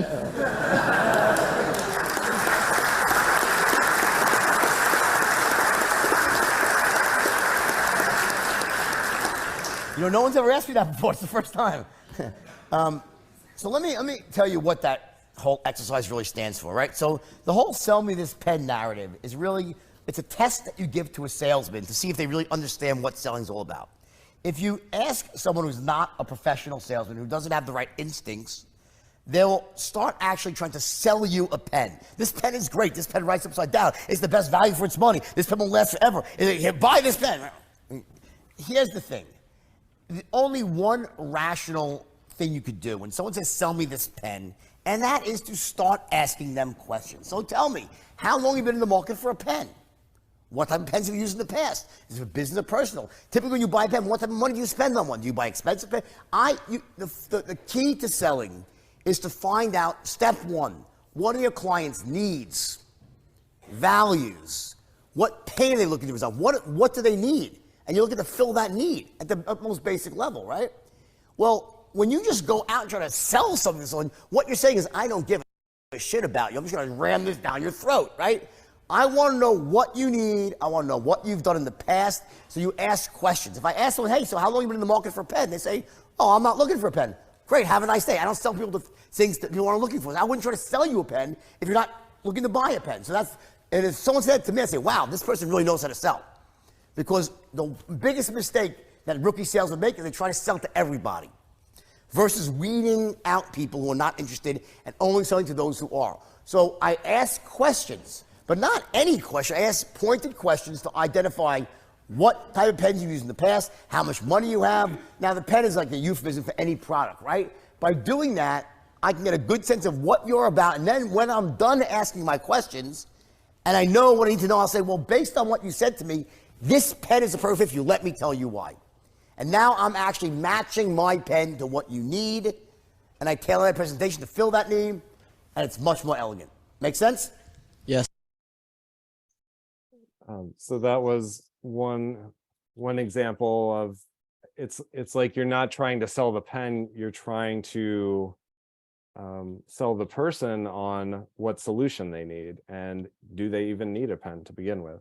And I think this talk's related as well. I wanted to cover this and then we can discuss. On the shoulders of a giant. The shoulders of a giant, yo. I'm thankful for all of my men. And I'm going to help you avoid making those mistakes. There are 5 mistakes. On this video, I'm going to talk to you about one of them. And this is probably the biggest one that really holds people back the most. And that is, most people who are in sales think that selling is something you do to people and not something you do for them. So they think that selling is something you do to people and not something you do for them. And I am here to let you know that is a mistake. When we are selling, and we are selling something that does people good, the reality is we are not doing something to them, we're doing something for them. And what you deserve to do is you deserve to learn how to have that feeling that I am serving these people at the highest level, because the reality is, if you don't, you're never going to feel good about it. See, it's interesting that all of us at some point in our lives got converted from being natural-born salespeople to being natural-born, I hate salespeople, right? And what do I mean by that? So if you think about it, people say, I'm not a natural-born salesman, but the reality is everybody's a natural-born salesman. Everybody's a natural-born salesperson. When you're born, you can sell your mom on waking up in the middle of the night and picking you up and playing with you for 3 hours. Right? Little kids, they come to their parents, can I have a cookie? Not right now, honey. They come back 30 seconds later, can I have a cookie now? Right? And why? Because they don't have this negative neuroassociation to the idea of persuading somebody that I want what I want. Right? And so hating sales is something you have to learn. We're all natural born salespeople. And I believe the number one reason people think that selling is something you do to people instead of something you do for people is because most people only remember the bad sales experiences. Like the good sales experiences are so good, they didn't feel like sales experiences. They just feel like you bought the thing that you wanted to buy. But a bad sales experience feels so yucky and so gross and so disgusting. You're like, I don't ever want anybody to do that to me again, and I would certainly not want to do that to somebody else. But the reason you felt that is because the person who put you through that horrible sales experience, they were terrible at selling. And so they made you feel like running away. They made you feel like telling them to go fly a kite or other things. And I'm telling you, that is the problem. So what do you have to do? What you have to do is you have to realize that if you understand that selling is something you do for people, in fact, I can prove it to you. Everything that you've ever bought, without exception, somebody sold it to you. But some of the things you bought, you didn't feel like you were sold. You felt like you just bought it because it was your idea. For instance, this is one of the best-selling products in the history of the world. It's called an iPhone, right? So I've got this iPhone in my hand, and people say, well, but yeah, they don't really sell iPhones. I just bought an iPhone because I wanted it. You weren't born wanting an iPhone. You had to learn that somewhere. And Steve Jobs, God rest his soul, he created this environment, this ecosystem where people become fanatical about everything he creates. And so he created a sales machine that helps people make a decision they already desire to make for their own reasons. I just want to stop there and again revisit this idea of Myron says we're all natural born salespeople, but we kind of become disillusioned to it after bad experiences, and maybe we have to relearn or reconnect to that. And then Jordan Belfort's point was that you aren't selling a product to someone, you're just using the product to fulfill their needs once you discover what those needs are. And I'm wondering what thoughts or what points resonated to any of you guys who, like me, don't think of yourselves as a salesperson, but can you connect a little better or see yourself more like a salesperson after thinking about some of these recent topics? Absolutely.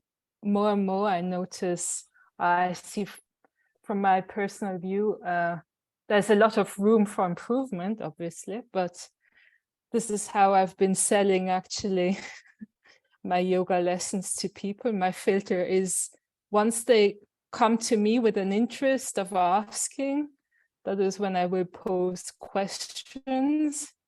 And there's a lot of, there's a lot of people already have assumption what it is. So I will ask them, so what do you think you need, or what is it? So it's interesting, more and more I listen to what sales is actually already what I feel like I've done intuitively. Mm-hmm. And it's interesting. So, and it doesn't feel anymore so, yeah, I had a misconception of what sales is because there's a lot of non-ethical sales, I guess. I like that. Good share. I like that, Sam. It makes me wonder if whether it's the connotation or the word itself, it's like sales and selling, it sounds one directional, right? But what we've been talking about is a mutual or two-directional connection where you're selling, but they're also buying, and you're not forcing them to buy, but they're wanting to buy and you're wanting to sell. And correct. And I wanted to add to that, I'm a big fan also, always been, of trying to that the person finds the answer for themselves. So you don't need to always answer the questions, but now obviously that that depends what the topic is. But once they've come to their own conclusion or found the answers for themselves, now let's say also in any health aspect, many people think they have a problem, so let them voice their problem themselves, let them voice what the solution could be. And by that, you will have a much stronger trust bond, or you can work much deeper. That is a pretty interesting. And I never thought about that as being part of sales. Like, sorry, I just wanted to jump in. Something Tony Robbins said last night, I think really connects with that I liked, which is he was talking about rapport and people like you if you're like them, or if they want to be someone like you. And something that deeply resonated for me as I was looking into autonomy is when I met the people in autonomy and the people running and teaching autonomy. And it was no longer just evaluating a website or a course curriculum. It was also like, do I want to be like these type of people? And it's like, yes. And that for me closed the sale, right? And so whatever you're selling, you have to embody what they could be more like, whether it's yoga, for me, it's design. Like if I'm selling design, I need to have a website that's going to be something that they look at and say, I want a site like that, or, like, yeah, he can help me because he's an example of the product or service he provides. And I think that's probably something we could all do in our autonomous and business careers, is exemplify our own values and just live those. So thank you, Sam. So Hannah, how are you feeling about all this sales stuff? I'm loving it because it just really opens me up. I really want my goal is for my kids to all have businesses before they graduate high school. Oh, wow. And so it's just really, by the time they're an adult, I don't want them to wait until they're 18. I want them to have it ready. Like I want to prepare them and the ball, like they are ready at 18, and I'm so grateful that I took this course now because my oldest is not even 14 yet. She'll be 14 this summer. And it just really is going to, one, give me the chance to live by example in a business outside of massage therapy, because my children can't see what I do. I work one-on-one, so they're not here. They don't see those exchanges. They don't see how I do business really. And so having a business that's online where I'm working with other people, it's going to be really great to set that example and how I actually apply these things. And I really appreciate like this last chat aspect of the chat that we're having about what Sam's saying. It's like when I've been working on referral, like I've been working only by referral for so long that I now realize like the people that already know them, they're already friends. They already know each other. They already have rapport with each other. And then it's a friend or a family member, somebody they already have rapport with, that if massage therapy comes up, it's like, oh, you get massage. Well, what is that like? And they can ask about their experience that they've already had. And I really see now more than ever how that's really helped me in that type of practice. And now taking a business outside of something so one-on-one and personal, and that's more open and more public, it's going to be really interesting applying this perception of sales to working with people in a new way.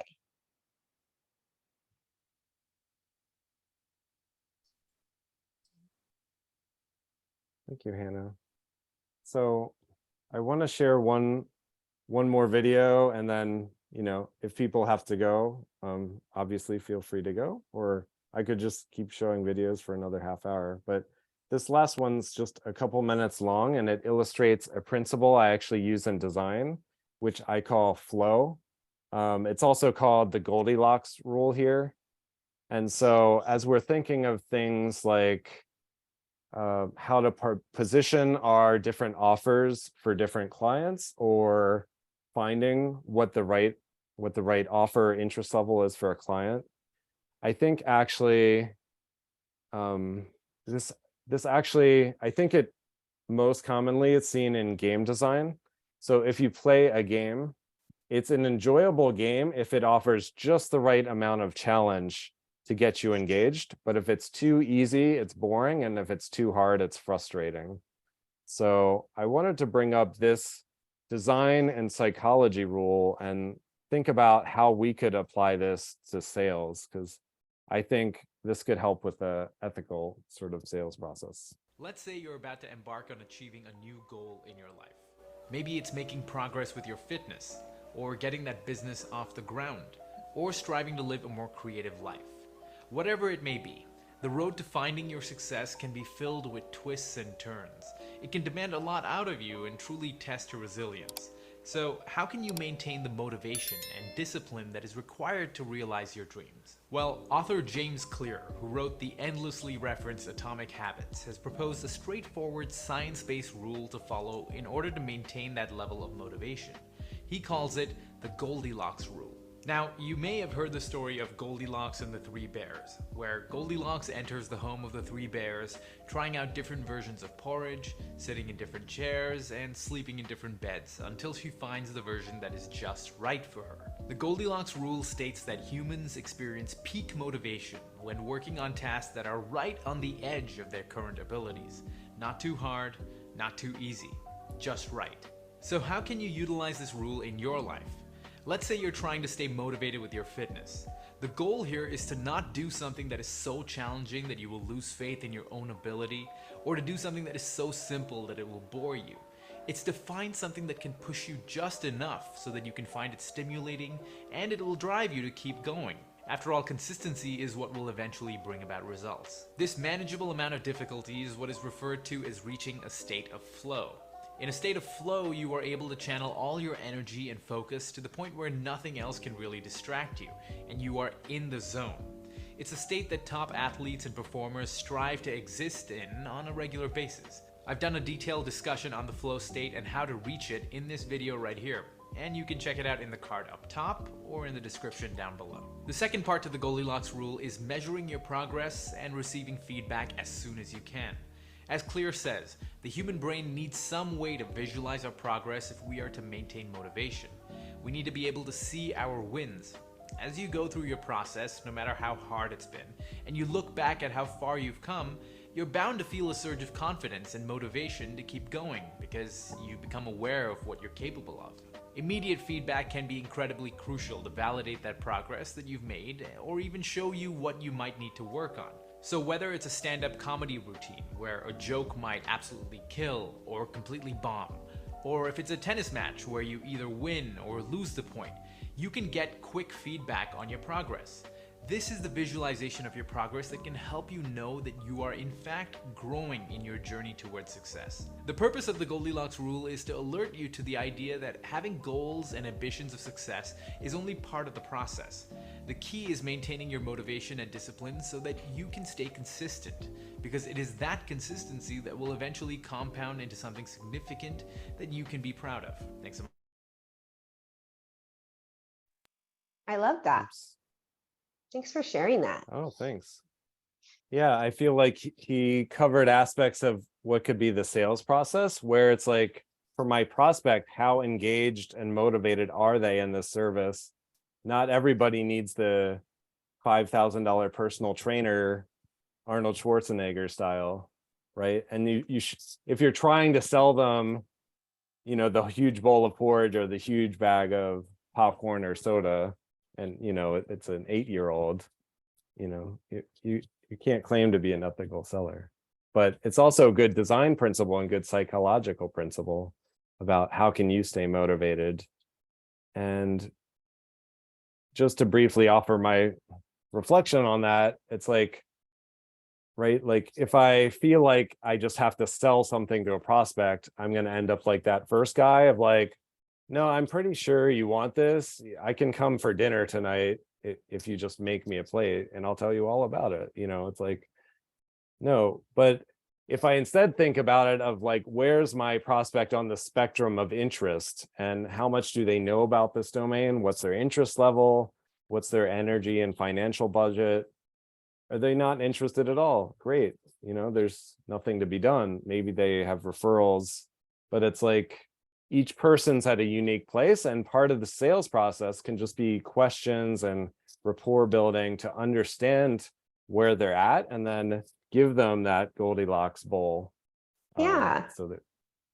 Yeah. And Rich was talking about that in the lecture last night, about how doctors are taught to ask questions, to investigate, to find out so that they can diagnose and prescribe. And even in my massage therapy program, that we are taught to do that input, processing, output. And my business survives on the Goldilocks principle in the sense of making sure the pressure is just right, making sure the technique I'm using is working for that person, making sure that I'm communicating. If I'm not providing a good massage that is effective for them, they're not going to come back. And so I can't just assume that because they came limping into my office, that is even why they are here. They may have kids at home and just want to fall asleep on the table. They may not want to troubleshoot why they're limping. And so to not make assumptions, to like really ask questions and discover and be curious, as Rich has taught us in the lectures, you know, be curious. We're taught that in these other systems. And I love how he shares that sheet of the input, process, output, because we can see how it's applied. It's not just about massage therapy. If you pull up to a gas station, you know, someone may assume you want gas, but maybe you're there to buy oil and just to check your oil. it's always comes back to like getting curious. And I think that's a great way to get into a flow, because that's how that happens. Well, that really makes me think about mechanics, which I think are notoriously often unethical salespeople. Of like, you go for an oil change and hey, your transmission's bad, it's going to be $1,300. That's like, are you sure? Do you go get a second opinion? Or it's like, if you have no way to validate it, you get a second opinion. And then they refer you to their friend's place who says, no, it's going to be twice as much. Yes. But, Yes. But doesn't everybody, like, don't you ask, like, who do you go to for your car? Who do you go to for your car? Like, whenever I have taken my car in, like, before I do, I like have asked people who I know who have had recent service, like, who did you go to? Well, I had an interesting thing with my car, Hannah, where I bought an old beater when I came ashore. I wasn't sure how long I was going to need it, and it needed some however many mile tune up. And I called different places, and I said, well, if it needs a hose, or if it doesn't need a hose in reality on your inspection, but the book says it needs it, what are you going to do? And he said, well, we only do what is needed. And he really did me right, because there were certain belts and things that it didn't need, and he didn't do it. And so, and coincidentally, his name was Tim Fix. And I thought, I'm going to this guy. And he did a great job. That's great, Dave. I bought a Honda Pilot a few years back. It's been about 4 years ago, between 3 and 4. It was like, yeah, about then, doesn't matter. And I paid cash for it. And I bought it from somebody I didn't know, but who worked with somebody I know very well. And then I had 2 friends who do all their own car mechanics and have worked on cars a lot throughout their lives for decades and decades. Both checked it out. And then after I paid for it, I had to get a lot of work done. I took it to a shop that was referred to me by a friend, and they fixed the timing belt on it. And then it turned out that there was stuff going on with the bearings. And then after I paid for that and a new drum, because it was so rusty that things broke, I had to like replace that. That finally I took it back to one of the people who had originally looked under the hood and everything for me before I bought it. And I was like, I looked under there when they showed me this thing like broke off because it was so rusty, and it's pretty rusty under there. Would you climb under the car and like really look at this? And so we were under there and we're looking, and it was pretty rusty under there. So then I took it to a body shop, and they were like, I wouldn't let my child drive this car. This is so dangerous. And he jacked it up and he showed me like just how bad this frame was. And like a week later, I had a 2019 Toyota 4Runner. Like I was done. I was like, I'm done. Like I was so just like, I tried to do the things, like I tried to have people look at it, and I put so much money into this car. And this was all like within a matter of months, just a couple months maybe. And I just thought it was so funny. I was frustrated with myself for not knowing mechanics. And I feel like knowing what I know now, being an autonomy student now, like I would have been the one underneath that car. I wouldn't have even just been standing there chitty chatty with the person selling me the car while someone else is checking it out. I would be there asking questions, looking with my own eyes, but even sometimes as a consumer, when we try to ask questions, when we try to get referrals, like it's still really wonderful to be able to build up the confidence in oneself to be like, hey, because if I would have got under that car and seen all that rust, if I would have really got underneath my car, I would have started asking questions like, ooh, this looks pretty bad. Where's this car from? But I just didn't even think about that before I joined Autonomy. And now I would totally just be like in there asking questions. I like that. And it could be that simple. It's like, oh, you need this and this. Well, what makes you say that? Can you show me, or can you write down what symptoms or what issues you saw, and then I can do some research about this, or talk to another dealer or mechanic, mention the same issues, get their Key opinion. phrase is help me. Can you help me understand? Can you help me understand why it's going to be Love it. $1,500? Is there a used part from a salvage yard? Let's talk about the options. So you open that can of worms on them with, can you help me understand? And as you come to understand, it's either a good offer or you need to go do some research to learn more. It's awesome. Thanks. Hi, Stephanie. How's the weather out there? Hi, Carl. Yeah, it's beautiful today. My son had a soccer game earlier, and we're going to go to his second one in a little bit.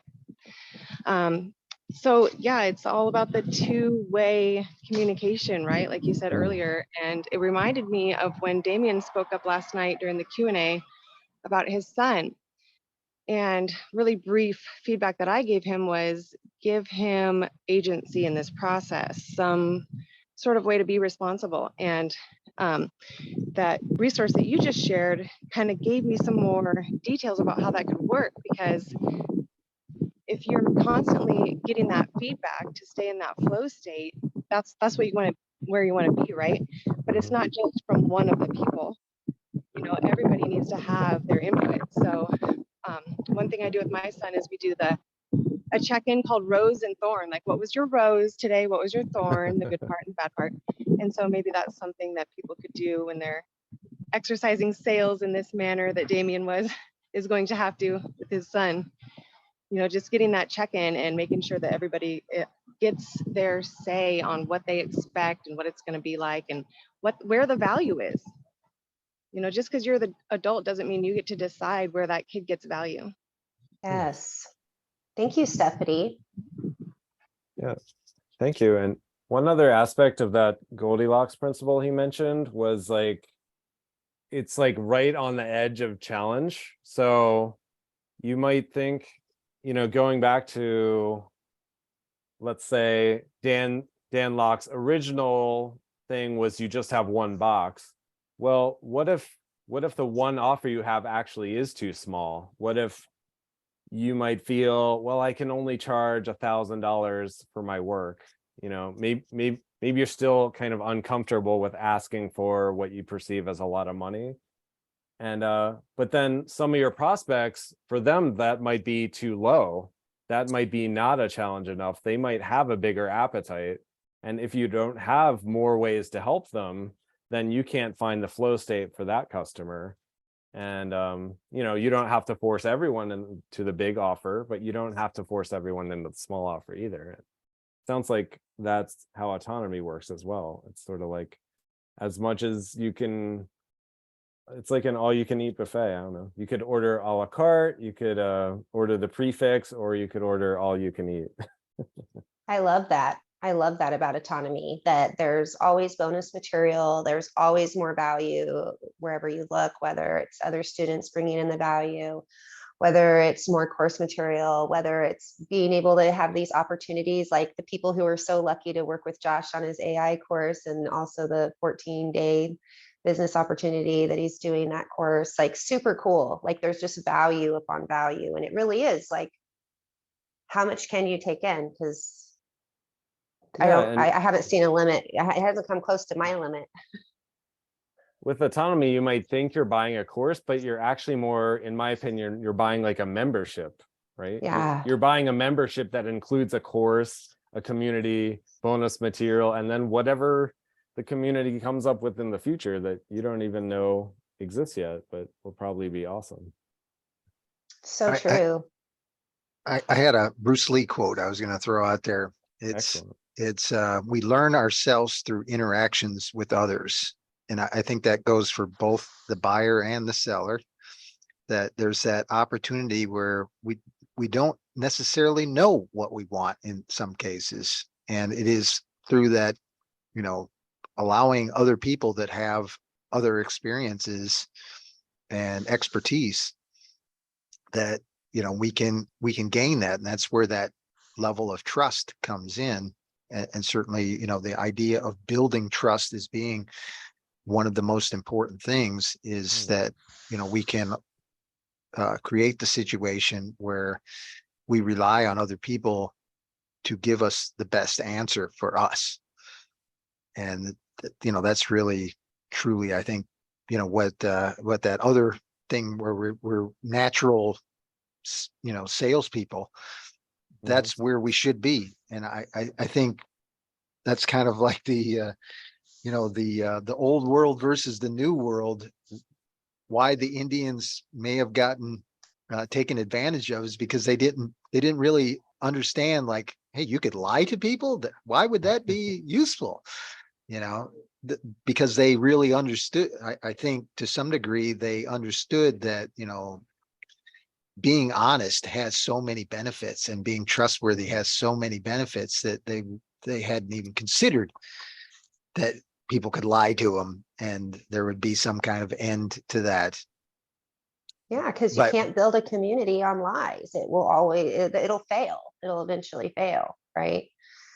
So, but I would just say that's the culture that I think we're recreating, is we've got to learn the value of trust again, because it's been so diminished in the current society, that we've got to, that everybody is at each other's throats, and that now we've got to reestablish why trust is so important and why it's so valuable.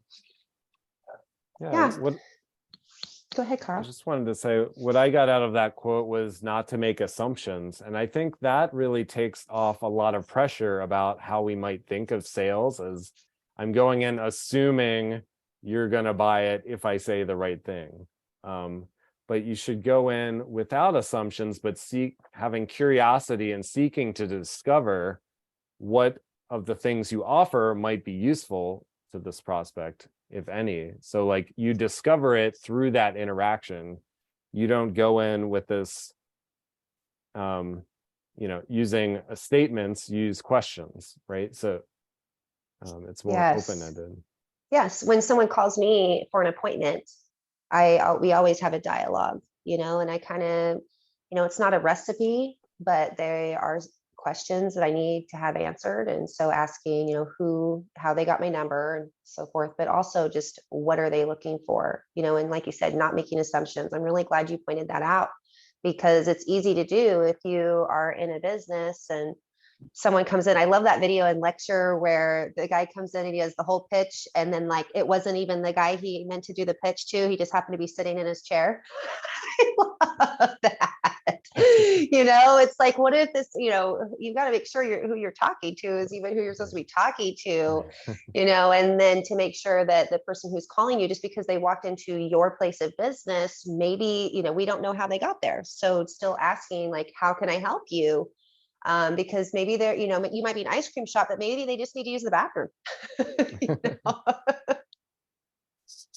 Yeah, I think that video was hilarious of like, oh, you're playing hard to get, huh? And the guy just didn't speak English, and it wasn't even the right guy, but it was great. It's like that cliche is like the salesperson is almost just talking to themselves, because they're never actually listening or tapping into the person they're trying to sell. It's like they're just saying a bunch of phrases, hoping to sell something. Yeah. And I like what Michael is pointing out about the community. And I really feel like, here we are, week 10, can't even believe I'm saying that. Everybody that I've interacted with has just been such a quality experience every time. And it's just it has helped me in my business aspect, because I am beginning a business and I've been able to open up because I feel like I'm actually making real connections. And then as I take that risk of opening up, based on their integrity, based on what they're co-creating, I am solving bigger and bigger problems, and my business has transformed, and they're helping to co-create a better life, for my family, because they're helping me to do better with that business plan. And so it's like just being able to take an idea, having an idea of something, and then to have a community, like you said, a membership for life, where you can go, you can meet with people that you continually have the opportunity to have experiences with and build rapport with. And then at the same time, having material, like even the postgraduate material, to help you continue on the journey. It's priceless, really. Yeah, thanks, Hannah. So I have one more video that kind of covers a lot of, it kind of overviews a lot of what we talked about today, of like common sales cliches and how to really kind of tackle those areas. But before we do that, I just wanted to thank everyone for coming, and also give a shout out to my co-host today, Hannah Baker, and next week we'll have Aaron Reddy hosting. So let's all tune in for that. And I think there's probably a few interesting things happening in Autonomy this week. I think on Tuesday we're doing another live role play session. And if anyone's hosting something they want to shout out that's coming up this week, feel free to take the floor. Wanted to say this was very helpful. It kind of helped tie some things together from last night that Thanks, Steve. and just kind of helped me put things into perspective in my own, so yeah, thanks guys. I'm Very glad to good. hear that. Thanks, Steve. And Sam, the ideas about what you think about sales now is, like you were saying, very similar to how I'm thinking it. So yeah, thanks for that. Thanks for chiming in. Yeah, and if you haven't had a chance to check out that Tuesday night sales meetup, it's really good, because I know even when you hear that, you're like, sales meetup. But it's like when you get together and you really get to talk about sales like we have today, and then actually get to role play, and you get to like really put what you've learned and talked about to practice, it just really helps you to have an even better understanding what it's like to be that client, what it's like to be that prospect. And then by doing that, then you understand what to do and what not to do. It's like getting a massage. Like me going to get a massage, if somebody gives me a poor massage, it's going to help me like, oh, don't do that. Don't do that. Don't do that. Or if they give me a fantastic massage, I'll be like, oh, that's amazing. I need to learn how to do that. I need to implement that into my practice. That was incredible. And so just being able to role play, it just helps bring all those little things out that you just talking about it doesn't give you an opportunity to do. So.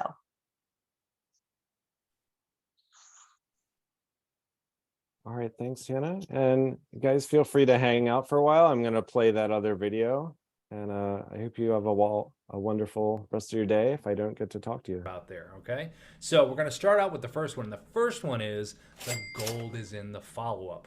Now, let me start this over. Stop. If you've heard this before, the gold is in the follow-up. Always be closing. It's all about the hustle. It's not what you know, it's who you know. Looks sell. Coffee is for closers. Are you ready to debunk all of these common sales myths?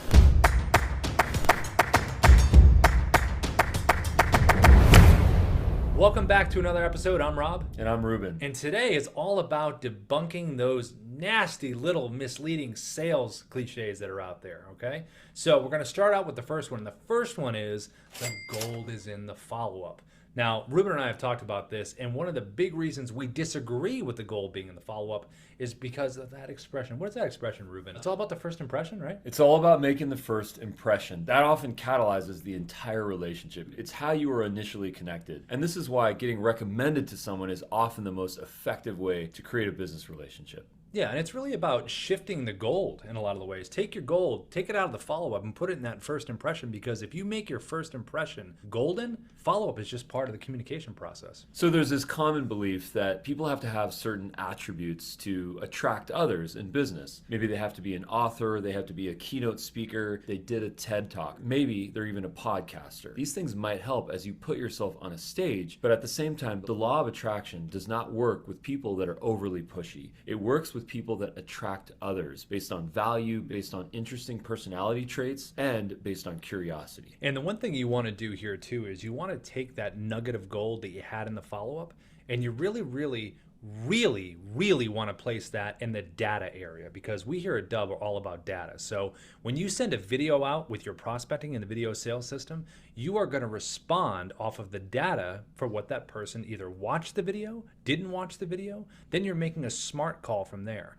Being smart That's golden. Think about that for a second. Instead of following up in a cold way, just saying, I wanted to bump this email, I wanted to nudge on this, I wanted to float this to the top of your inbox. Instead of saying things like that, imagine if we provide context as to why we're actually reaching back out. Like, I noticed you watched 100% of the video I sent you. I noticed you clicked on the call to action and visited that and checked out that case study. Those types of intelligent touch points are exactly what make people curious as to why you're reaching out to them and inspired to reach back out to you. Everybody out there, if you've seen this movie, if you haven't seen it, I'm sure you've heard of it. Glenn, Gary, Glenn Ross, good old Alec Baldwin, Kevin Spacey, Al Pacino, the whole crew, Ed Harris, Jack Lemmon. And one of the biggest, most famous phrases from that movie is always be closing. ABC, Ruben, always be closing. Well, we have a different take on that here at Dub. It's not always be closing, it's ABO. It's always be opening. The connections are where it's at. That is the power of our network. When we find ourselves on other people's stages, and more importantly, when we create our own stages, we amplify our voices. That's such a great way to attract people so that we can open relationships. One of the common missteps that a lot of salespeople take is that they start their sales effort by reaching out to cold prospects, doing the grind, doing the 100 per day calls. What if we start to reach out to people that we already have a relationship with, previous customers, people that are already in our community, and interview them as to why they're with us? What benefits have they received? What results have they achieved? Those types of conversations are not about closing, they're about opening. And the best thing about those is that you get referrals. Because if you ask someone that you have a relationship with, chances are they're going to say, in fact, I'm here to help, and here are 3 people that you should definitely talk to that would be great for what you're selling. Now remember, customer care is customer selling. All right, the next one we're going to talk about is on the basketball court or on the football field or any kind of athletic field. If you're hustling, that's a good thing, right? But the hustle glorification in business where, oh, wow, I've been working 100 hours a week. Wow, that's so impressive. Well, we here at Dub believe your effort should be very efficient and effective. The 2 E's, efficient and effective. You don't have to work 100 hours. You work smart. You use video to make those connections. And that is way more impactful, not only in your professional life, but in your personal life as well. Now think about this for a second. There's been so much rhetoric and memes about hustling. It's about grinding, it's about drinking coffee and working and rinsing and repeating, and it's such a glorification of overworking. At the end of the day, people don't want to do business with hustlers. They want to do business with their friends. And if you're focused on overworking and constantly being a hustler, you're probably not at a point of balance and building long-term relationships. When you're hustling, you're advantage taking. But when you're humanizing using video, you're advantage giving. Now, how many times have you heard this one before? It's not what you know, it's who you know. I've heard it before. Yeah, we've all heard it before. It's such a common cliche. The interesting thing about this is that more people probably feel like they're lacking in terms of their network. More, it's just my network. Speaking of your network is trying to get a hold of you. In this case, it is who you know with that. Okay. And chances are more people feel inadequate when it comes to their network, not a feeling of abundance. With video, you can build connections quickly. You can reach out to a podcast host, to the next TEDx event organizer, or to any other person that you want to build a connection with. When people watch you on video, they feel like they can know you. And if you've done a good job of adding a playlist with testimonials and other types of social proof, they are sold on you. In fact, sometimes it's so powerful that they cannot wait to talk to you. So at the end of the day, it's not about influence, it's about impact. And we have found here at Dub, there is no more impactful way to open a relationship and keep a relationship than by sending an asynchronous content piece of video that truly hits home, gets the messaging so it's super clear, and it starts and keeps a wonderful relationship. Well, I'm sure you've heard this one before, looks sell. So obviously Ruben and I, we're selling all day, right? I mean, we're selling all day. Look at these guys right here. So just kidding. But everyone's heard that before, right? Good looking person out there, meeting people. They're selling like crazy. Customers and clients they're speaking to are just in awe of like their good looks and their ability and their influence over them. Well, at the end of the day, it's not about that. It's actually about the messaging. It's about the knowledge. It's about these things that you can give to that other person. Looks, that's not giving anything to anyone. When you're offering a product or service and you have the knowledge of that product and service and you know it's going to better the other person's life, when you lead with value, That's what people remember. And actually, that's why people buy. You know what's more powerful than good looks? It's diversity, personality, and knowledge. Those three things are what attract people. If you're different, that is your strength. If you have an opinion, that is your perspective. Those are the types of things that are attracting people. But the most important thing here is providing value. Imagine if you were on the other end of your sales message. How would you receive that message? Would you find it as valuable, or would you find it as salesy? If the answer is salesy, you probably want to rethink the way that you're attracting others. One of the first reasons is that giving someone the coffee is like the hunter rewarding mentality. Wow, you're above everyone else. Wow, you closed someone. Enjoy some of this little coffee mud here and sit in front of other people so they can see you drinking it and feel like they're going to be motivated to be the one drinking that coffee. It really comes from a bad place. The second thing is that it doesn't really work. When someone is incentivized to fill their ego, it does not come from a long-term place. It comes from a short-term place, and it's actually never satisfied. Sales leaders should always want to incentivize their team to build long-term relationships. Relationships that drive testimonials, referrals, word of mouth marketing. If we're in a hostile closing situation, chances are they're not going to be happy afterwards, and they might not come back for more. At the end of the day, coffee is for openers. It's not for closers. Think about when you go to your favorite coffee kiosk or your favorite coffee shop. You come back there, yes, they've given you a wonderful product in their coffee, but it's all about the ambiance and the experience. They have, in fact, your favorite coffee shop has opened a relationship with you. Well, think about this. Coffee is for conversations. Most importantly, that's right. Thank you for checking out this episode. If you like this content, please put a comment below of your favorite sales. That was great.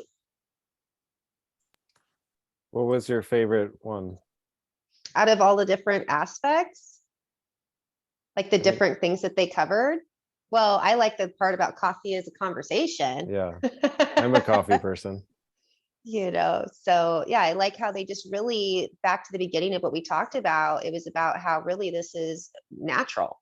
You know, finding solutions, finding ways to help people is a natural thing for us to do as human beings. And it is very organic, and we have a lot of bad examples in the world. And what's really great is now we have a lot of good examples in autonomy, and we have each other to help, you know, continue to hone our skills and to make sure that if there is something, you know, like if something does need to be turned around, you know, like I like feedback. And so like in my mastermind group, when we talk to each other, I really love it when people chime in and, you know what, you could maybe say it this way or do it this way. And I appreciate that because it does continue to help my business, what the value that's being offered to help connect people on a deeper level. And so, yeah, I like how they turned all those things around. Yeah, they mentioned 2 points about looks and first impressions. And I think the point about first impressions was that you need to start off on a good foot, right? It's like, what can you offer right away?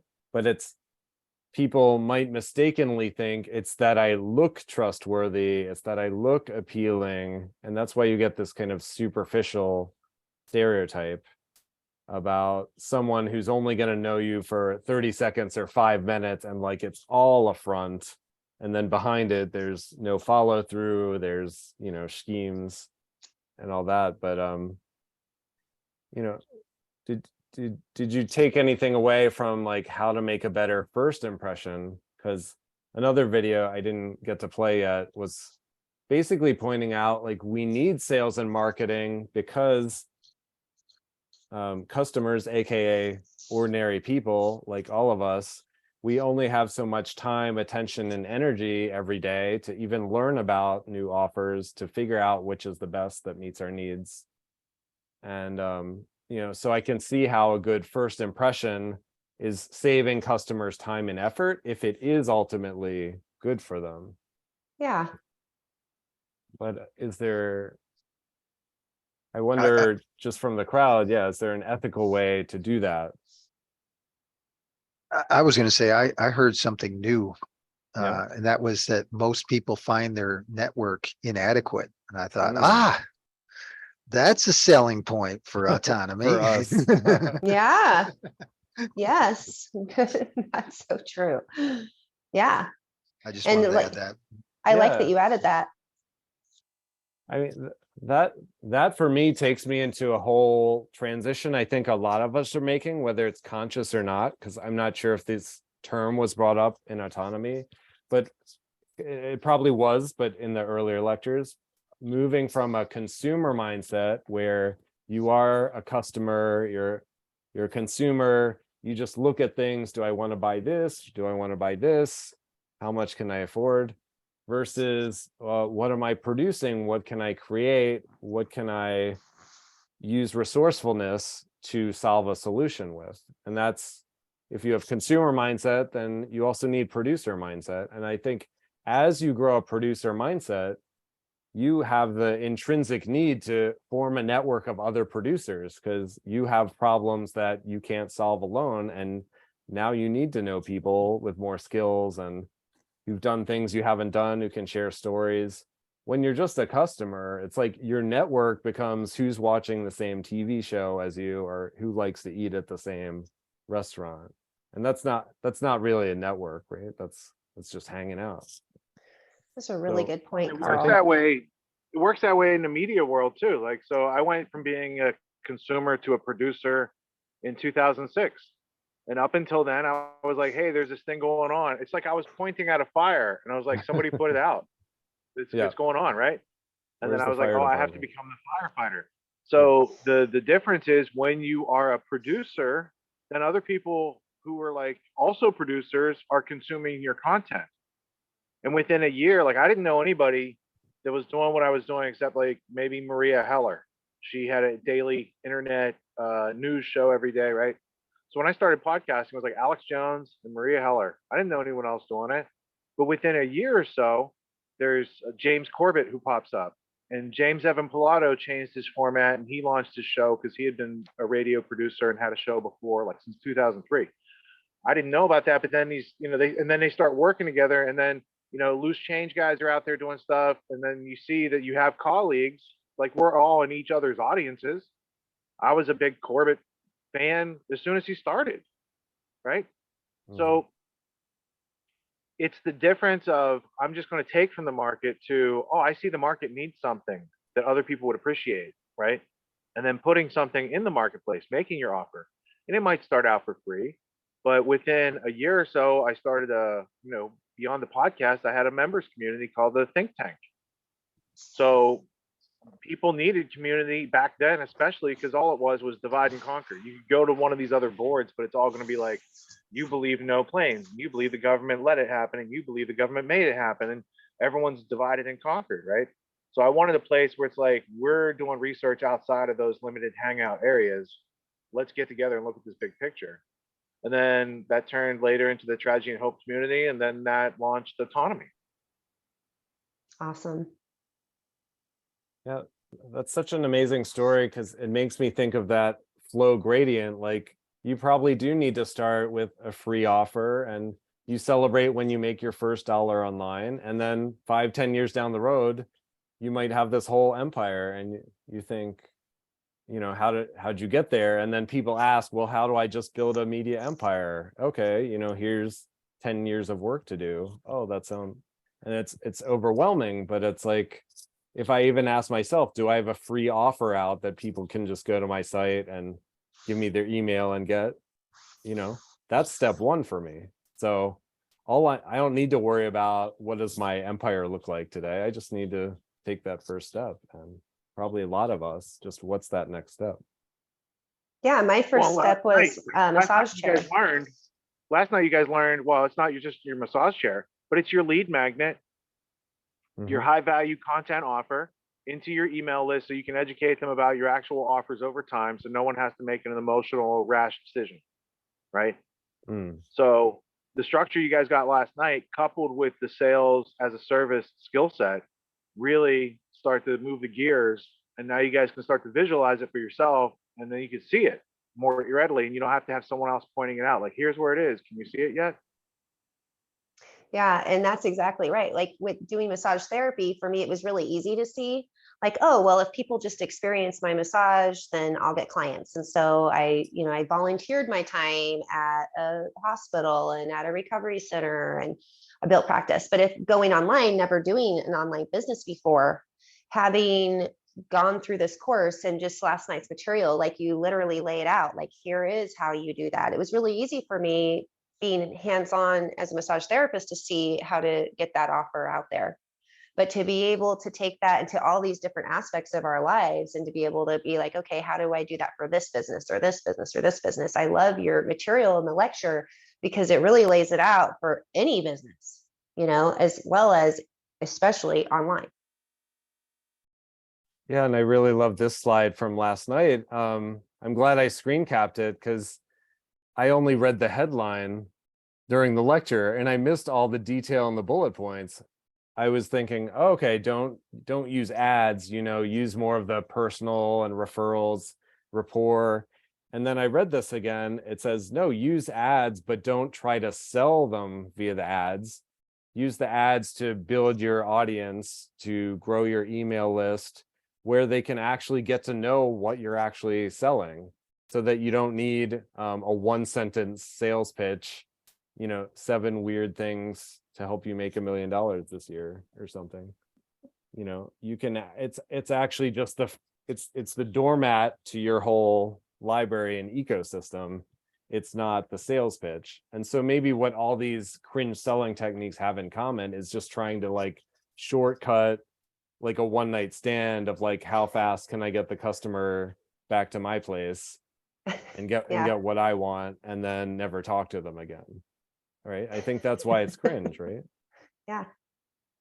And I have one more quick video, and this is for the perfectionists like me, or engineer types. And this is from the great Dan Pena, but I think I found a clip with no profanity, so we'll see.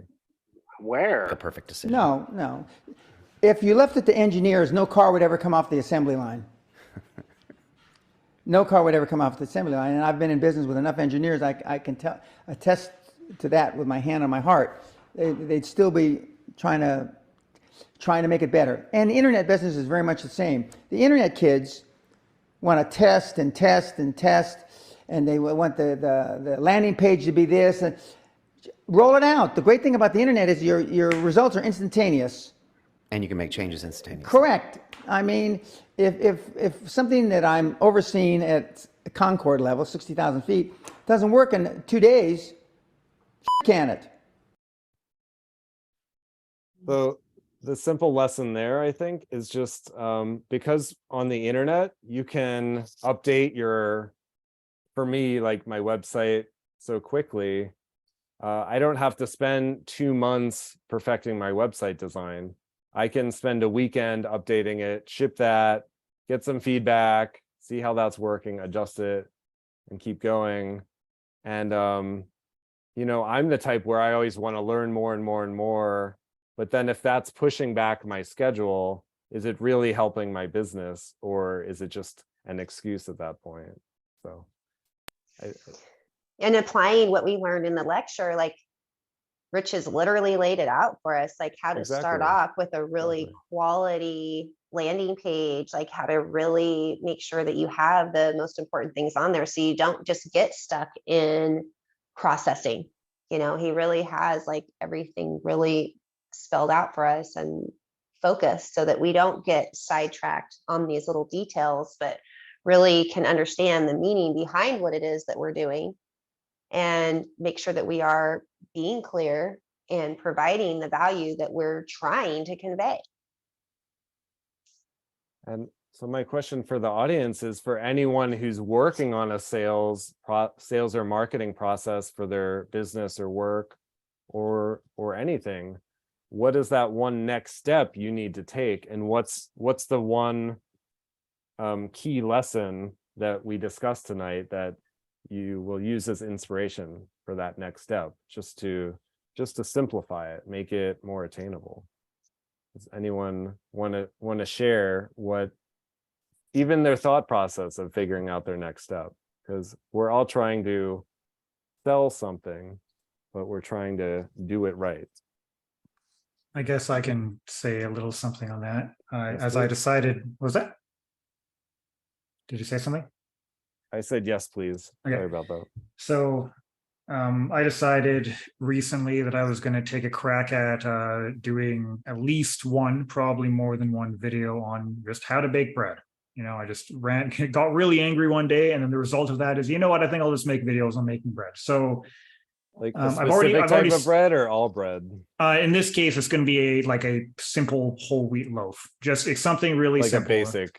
Yeah. Okay. So that's just going to be the very first thing. And so, as part of that, I was like, well, I might as well, if I'm going to do this, I might as well sign up for like affiliate stuff with like KitchenAid and whatnot, because I have a KitchenAid mixer and I have Cutco knives and stuff, and I have them for a reason.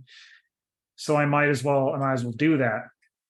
The thing that I have not been able to figure out, because all this is, as far as I can tell, is scheduled, like it's supposed to happen like next Saturday in terms of the recording. The thing I haven't quite figured out is I'm trying to plan out, like, if I'm going to talk about these things, one, do I even do that?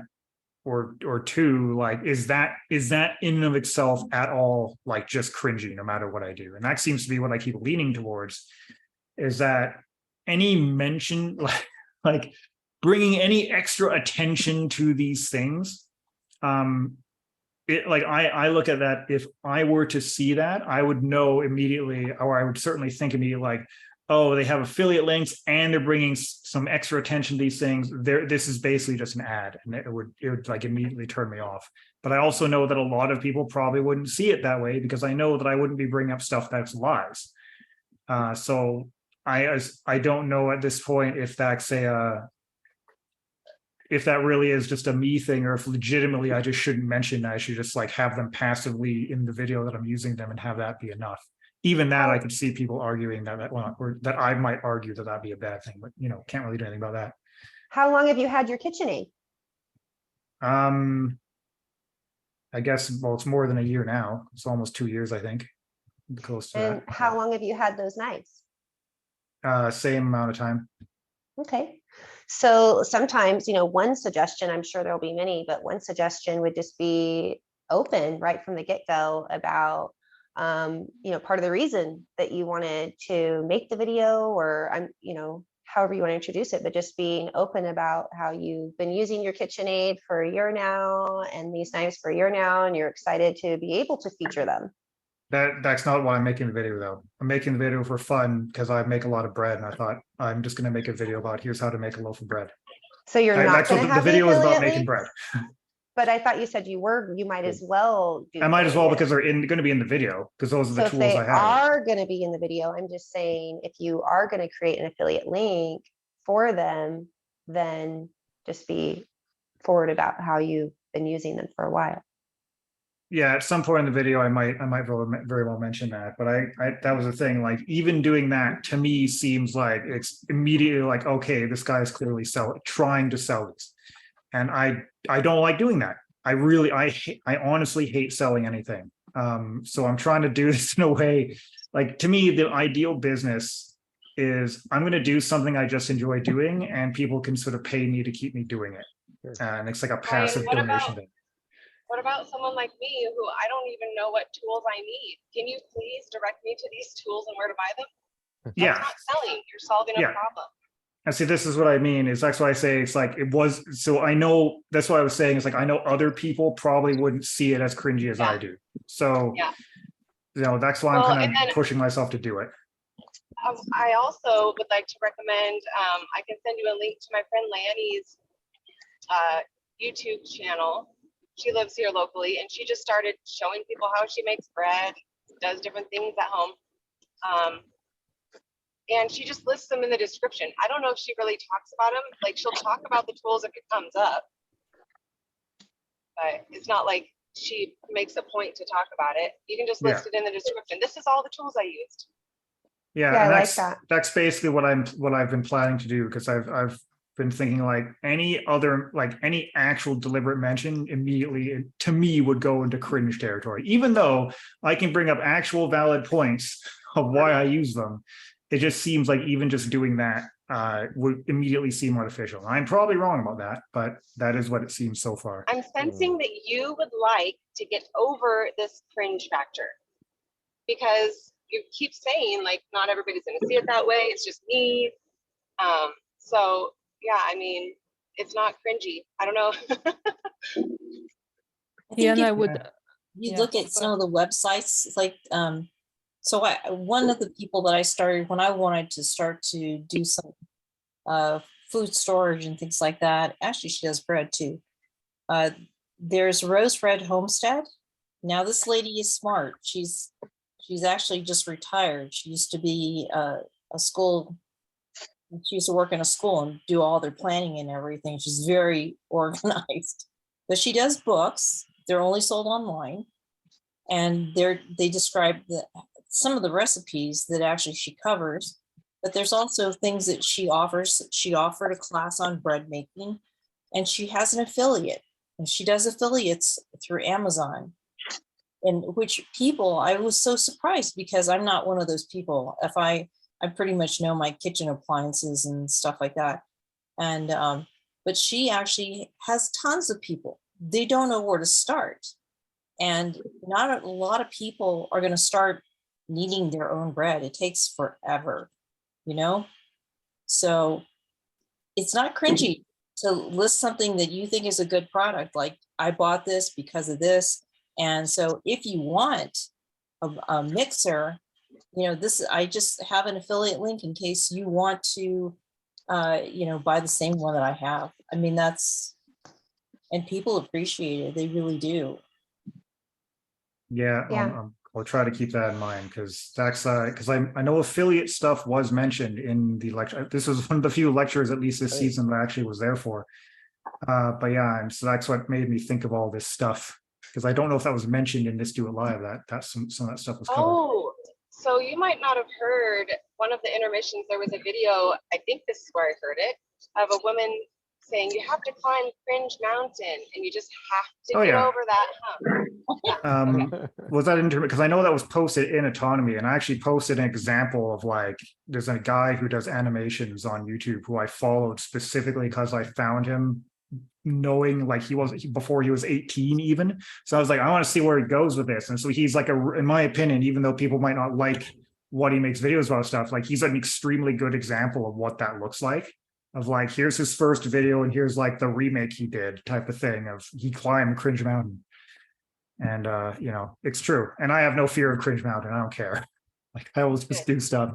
I'm actually relatively confident this loaf is not going to turn out super well because my test loaf did not turn out the way I wanted it to. So I'm basically going to be ad-libbing the recipe a bit on the day. So, you know, we'll find out. I'm looking forward to seeing that.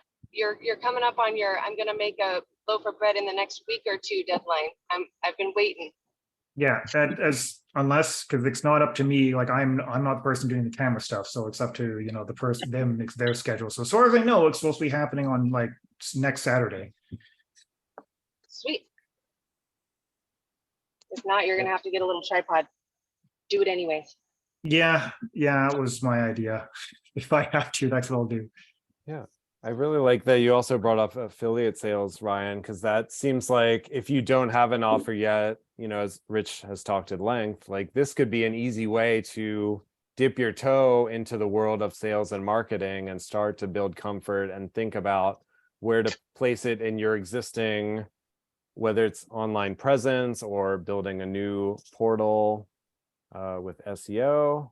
But like, you know, as far as recommending something in your own video, I think I would think of it, if someone was there in person, would I recommend that? And they're trying to learn that skill, bread, making bread, that like Jane and Stephanie pointed out, there's a whole accoutrement of things that involves making bread aside from just the recipe itself. So now you might have more advanced gear, so you could talk about it and say, this is more advanced, but there's also a basic model I linked in the description.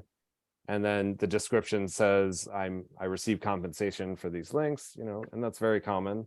But I think if you can relate it to how it's helping someone, to me, that doesn't come off as cringy. Whereas if you have like $5,000 knives, which you don't really need for bread making, like why, you know, it's like, why is that in the video? Oh.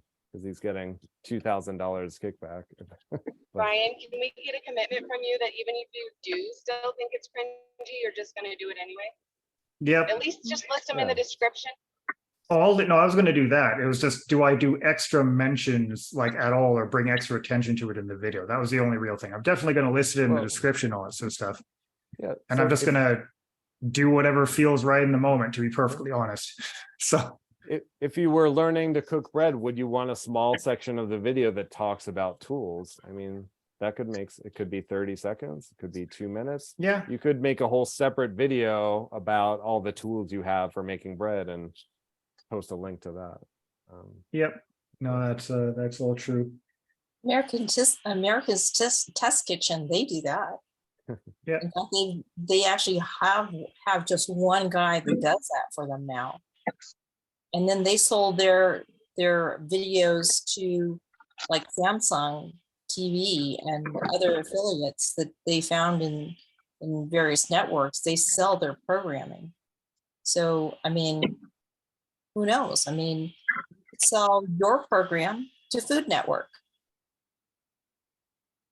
I highly doubt, at least initially, it would be good enough for that, but you never know.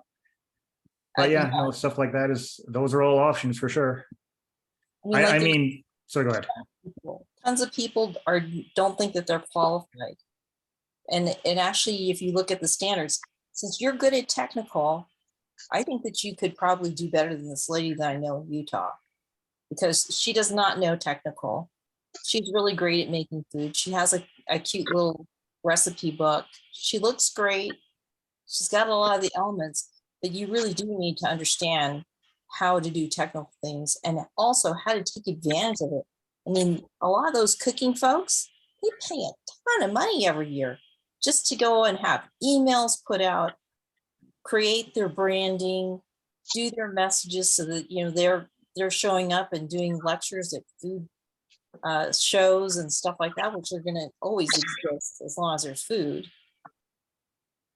I mean, make as much money as you can. See it. Challenge yourself. How much money could I make doing this? If I have that attitude towards it, it's going to push me into some pretty bad territory. I know that yeah. You'll be helping more people. Initially, I'm doing the only thing I've committed to for myself is I'm going to do one video for fun. And probably there will be more, but I have learned, especially since season 8, I cannot try to force myself to do these things, because if I do, they will fail. I have to really be very, very careful about that. I just honor you too, Brian. I know that you have. You're kind of breaking up.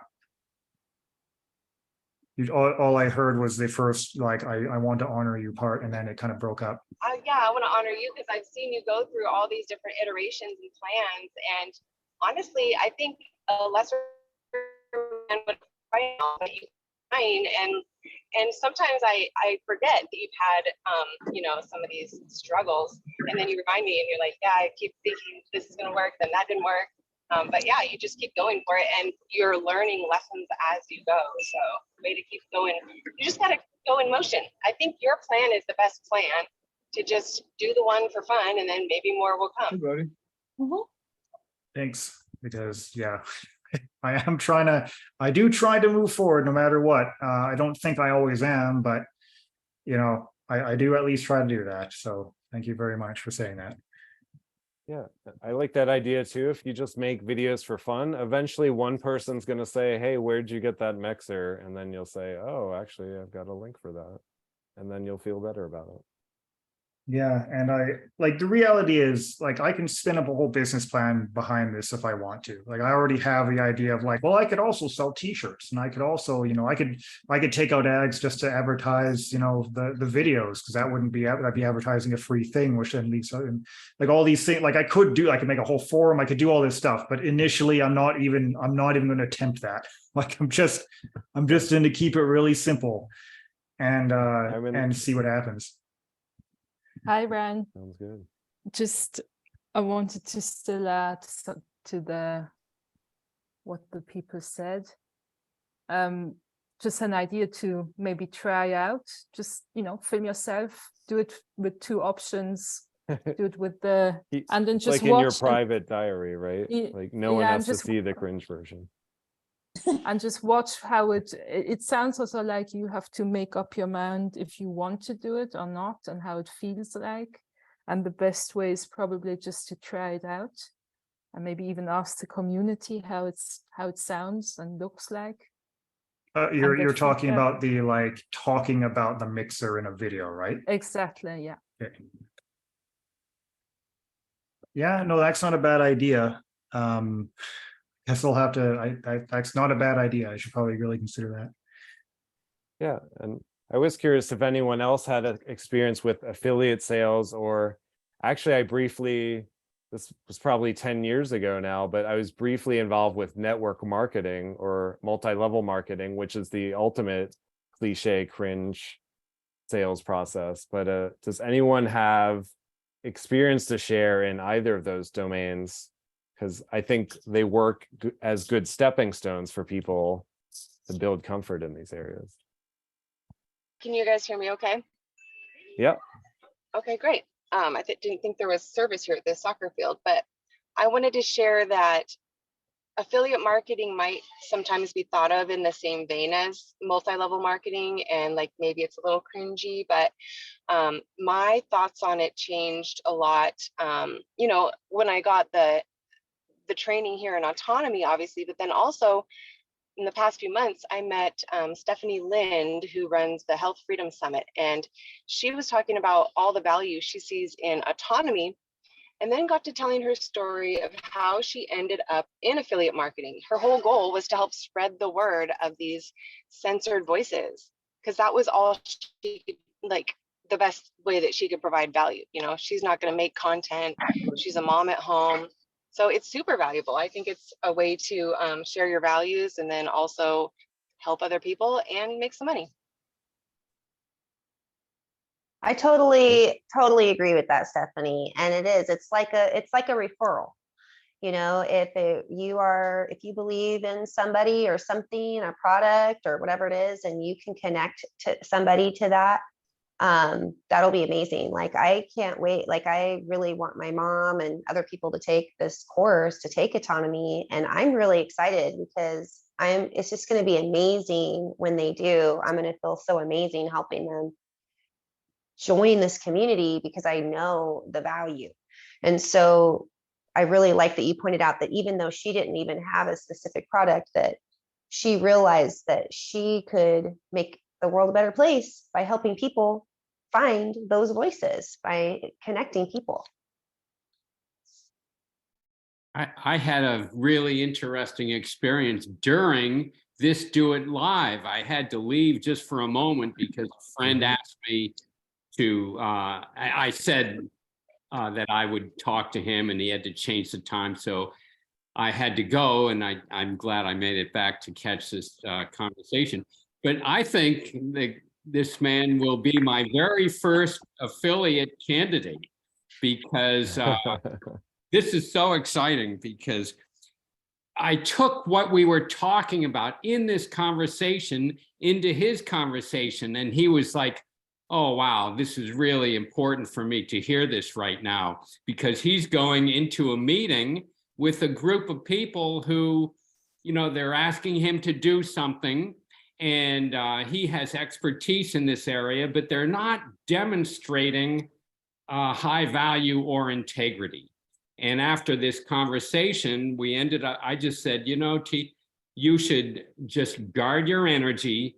I know that your normal response is to want to help everybody, but if they're not demonstrating that what you are going to be bringing them is going to be of high value, I just want you to take a look at this and make sure that you're doing the right thing. Because I know this guy in the past, he gives way too much, and that's just could be many of our natures. I know it's mine too in some circumstances, but I'm getting better. And so anyway, he was thanking me. He says, wow, I said, so what did you think about that, T? And he goes, this is really important for me to hear this right now. And anyway, and then I came back and I was so excited. So I think after this conversation, I said, well, be sure to let me know what happens. And then I'm going, oh, I see what's happening is I think he might be my first affiliate candidate. Wow. Yeah. This is pretty exciting. And then there's more people that are starting to line up. So although the answer to your question, I don't have any experience yet, I can see that it might be just hull down over the horizon.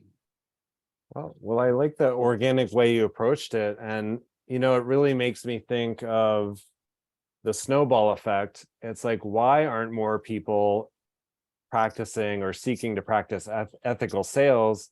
And it's because they don't have a community that promotes it and teaches how to actually get sales to work when done the right way. They just see a lot of these get rich quick and quick and dirty hacks, and you know, they have all these bad influences out there. But when you have a community such as ours, and then someone external to that but in your world kind of taps into that through you, they're like, oh, this thing actually works, and you know, I could learn how to. I could be like Dave and like Rich and everyone else.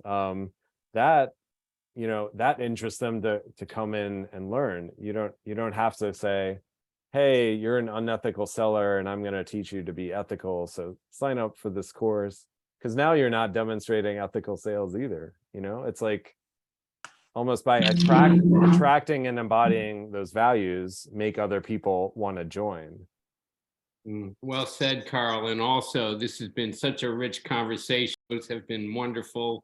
And I love what you said about having not so much a course, but a culture and a membership for life and a community. And I think back when I first got involved, it was that community feature that is the currency for me. So thank you, Karl. Really wonderful. Thank you, Dave. I mean, it's like an online country club where we're all the intellectual elite and we're just hobnobbing with one another about how to be more ethical and do more good in the world. I love it. Love it. And thank you. Yeah, and thanks to everyone who tuned in and who participated. Sounds like a good time to wrap up. What do you think, Hannah? Yeah, this has been such a stimulating conversation. I love the videos that you chose to share. I really feel like we covered some really important aspects from like this week's lecture material. I'm really happy that everybody that could come was here. Everybody's participation was fantastic. Thank you so much for your input. You know, that's what brings more value to everything that we do. It really is you. So thank you, everybody.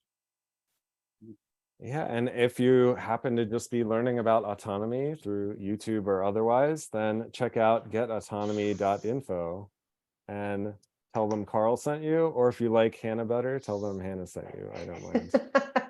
And, you know, autonomy has an awesome sales process and it makes you do work. So just like I said, with the Goldilocks principle, it's not meant to just be easy and passive. It's actually looking to see who's going to get engaged and learn to be autonomous, because nobody can be autonomous for you. And with that, maybe I'll play our little dance party again. It's probably a good time for another dance break, and then we'll wrap up. Awesome. Thank you, everybody. Have a wonderful day. Ready, set, go.